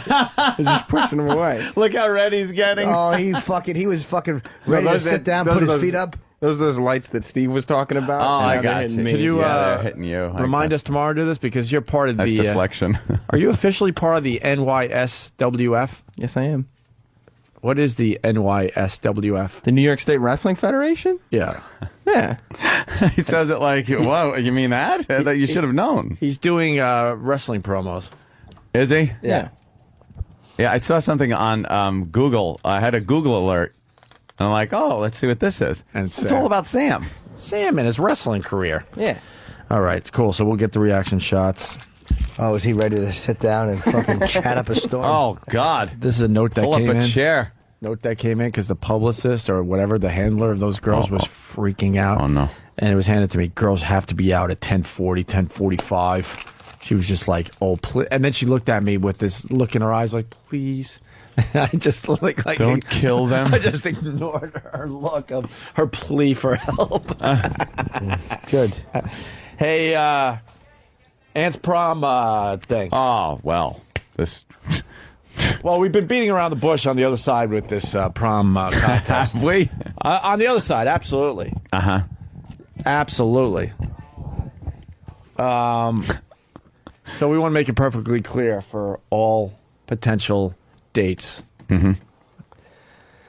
Ladies, you remember how special your prom was. Don't you want your little angel to have the same cherished memory of her prom? Well, you're in luck, because Anthony Cumia is looking for a prom date. Which means you get to get Anthony Cumia, a big celebrity with an even bigger cock and huger bank account, to take you, the pig, to your prom. He'll pay attention to every little detail to ensure your daughter has the time of her life. Just remember the one rule you have to put out. That's right, in the limo in your driveway, where your parents wave stupidly. Boy, they sure are in the driveway for a long time. Your little sweetheart will be overcome with tears of joy after her magical night with Anthony Cumia. Oh my God. And then he fucking speeds off in a Shelby. And you have to get out of the car and go back up and see your parents with your asshole hanging out of the back of your dress like a fucking aardvark nose. Open up your teen ass pause hole for Anthony contest. That's right. Your special night. So potential dates, start calling the FU line and tell us a little something about yourself. That's right, ladies. Sign up today to be an Anthony Cumia jizz receptacle. Dial 866-FU line 1. That's 866-FU line 1. It's supposed to be the biggest night of your life, and you're going home with a millionaire's load in your fucking pubes. What do you think of that? This big night? Must be 18 or older to participate. This big night. Fucking hilarious shit, man. There you go. How many people have called the hotline so far? Yeah, there must Dan? be. How many? We're going to start playing them tomorrow or what? I guess, who's in charge of clearing out the full voicemail box? Yeah. And then getting clearing the way for the new ones. Yeah. Yeah, we have 3 people on just that assignment. Oh, good, That's good. crazy, right? So how many the interest gotta in be this coming contest is just Yeah. insane, huh? Yeah, Yeah. I'm sure fathers are calling to just deliver their daughters to hell. Yeah. Line of the day by another sponsor that we're going to get rid of soon by doing something horrific. It's just a website. Oh, sorry, Will. Will, come back here. This is yours, too? We got to give it the good read today. Will's freaking out. No, we love SkiColoradoNow.com. Don't we, Jimmy? Man, we couldn't love it anymore. That's right. If we loved it anymore, it'd be illegal. That's right. Are you a It'd be skier? A sin. A lot of skiers out there. SkiColoradoNow.com is perfect for you. Giving it a little extra, Will. For info on great deals on 26 world-class resorts. And check this out. If that's not enough. There's got to be more. They also give you up-to-the-minute snow conditions. No way. Notice I didn't say show that time because I'm focusing for Will. Log on to SkiColoradoNow.com. Anything you want to add, Jimmy? Just do it. I mean, what are you waiting for? I mean, it's a great site. It gives you the weather reports, the snow updates. I mean, what are you doing here? Up to the minute. Up to the minute. Yeah. Yeah. So go. Here's a runner-up line of the Opposed day. to looking out the window, seeing if it's snowing. Oh, not a problem. I can even hold up that fat cunt sign if you want, Jimmy. If you did that with a photo of Maxwell as a fat cunt. No, Benjamin Bornstein is a fat cunt. Benjamin Bornstein. And this one, nice apnea, dick. That's good. This whole show could be a best of today. Damn. Don't have to come in. Well, except for that one segment, but Well, what are you going to do? Here's another runner-up line of the day. Oh, so you're a piece of Yet it crap. came up as a lie, which means that somewhere in you, you haven't forgiven yourself. It's an old boyfriend. Somewhere, your truth is that you. Slip that one in. Good one. Nice. It's all good. Where was I? I don't know. What was that? What happened? I'm dead serious. What was that? That was from the Moment of Truth audio. Oh, shit. Yeah. Oh, my God. You just had no clue what was going on there? I had no Yeah. clue what that was from. Yeah. It happens. Here's another runner-up line of the day. But it has nothing to do with that has something How to do old with are it, you? I think. How old are you? I'm going to be 30. So I think Yeah. the older you And you look get, it. the more like Is it time for subtle line of the day? Oh. Sneak one in, line of the day. Here is your line of the day. Thank you, SkiColoradoNow.com. Here comes line of the day. Line of the day.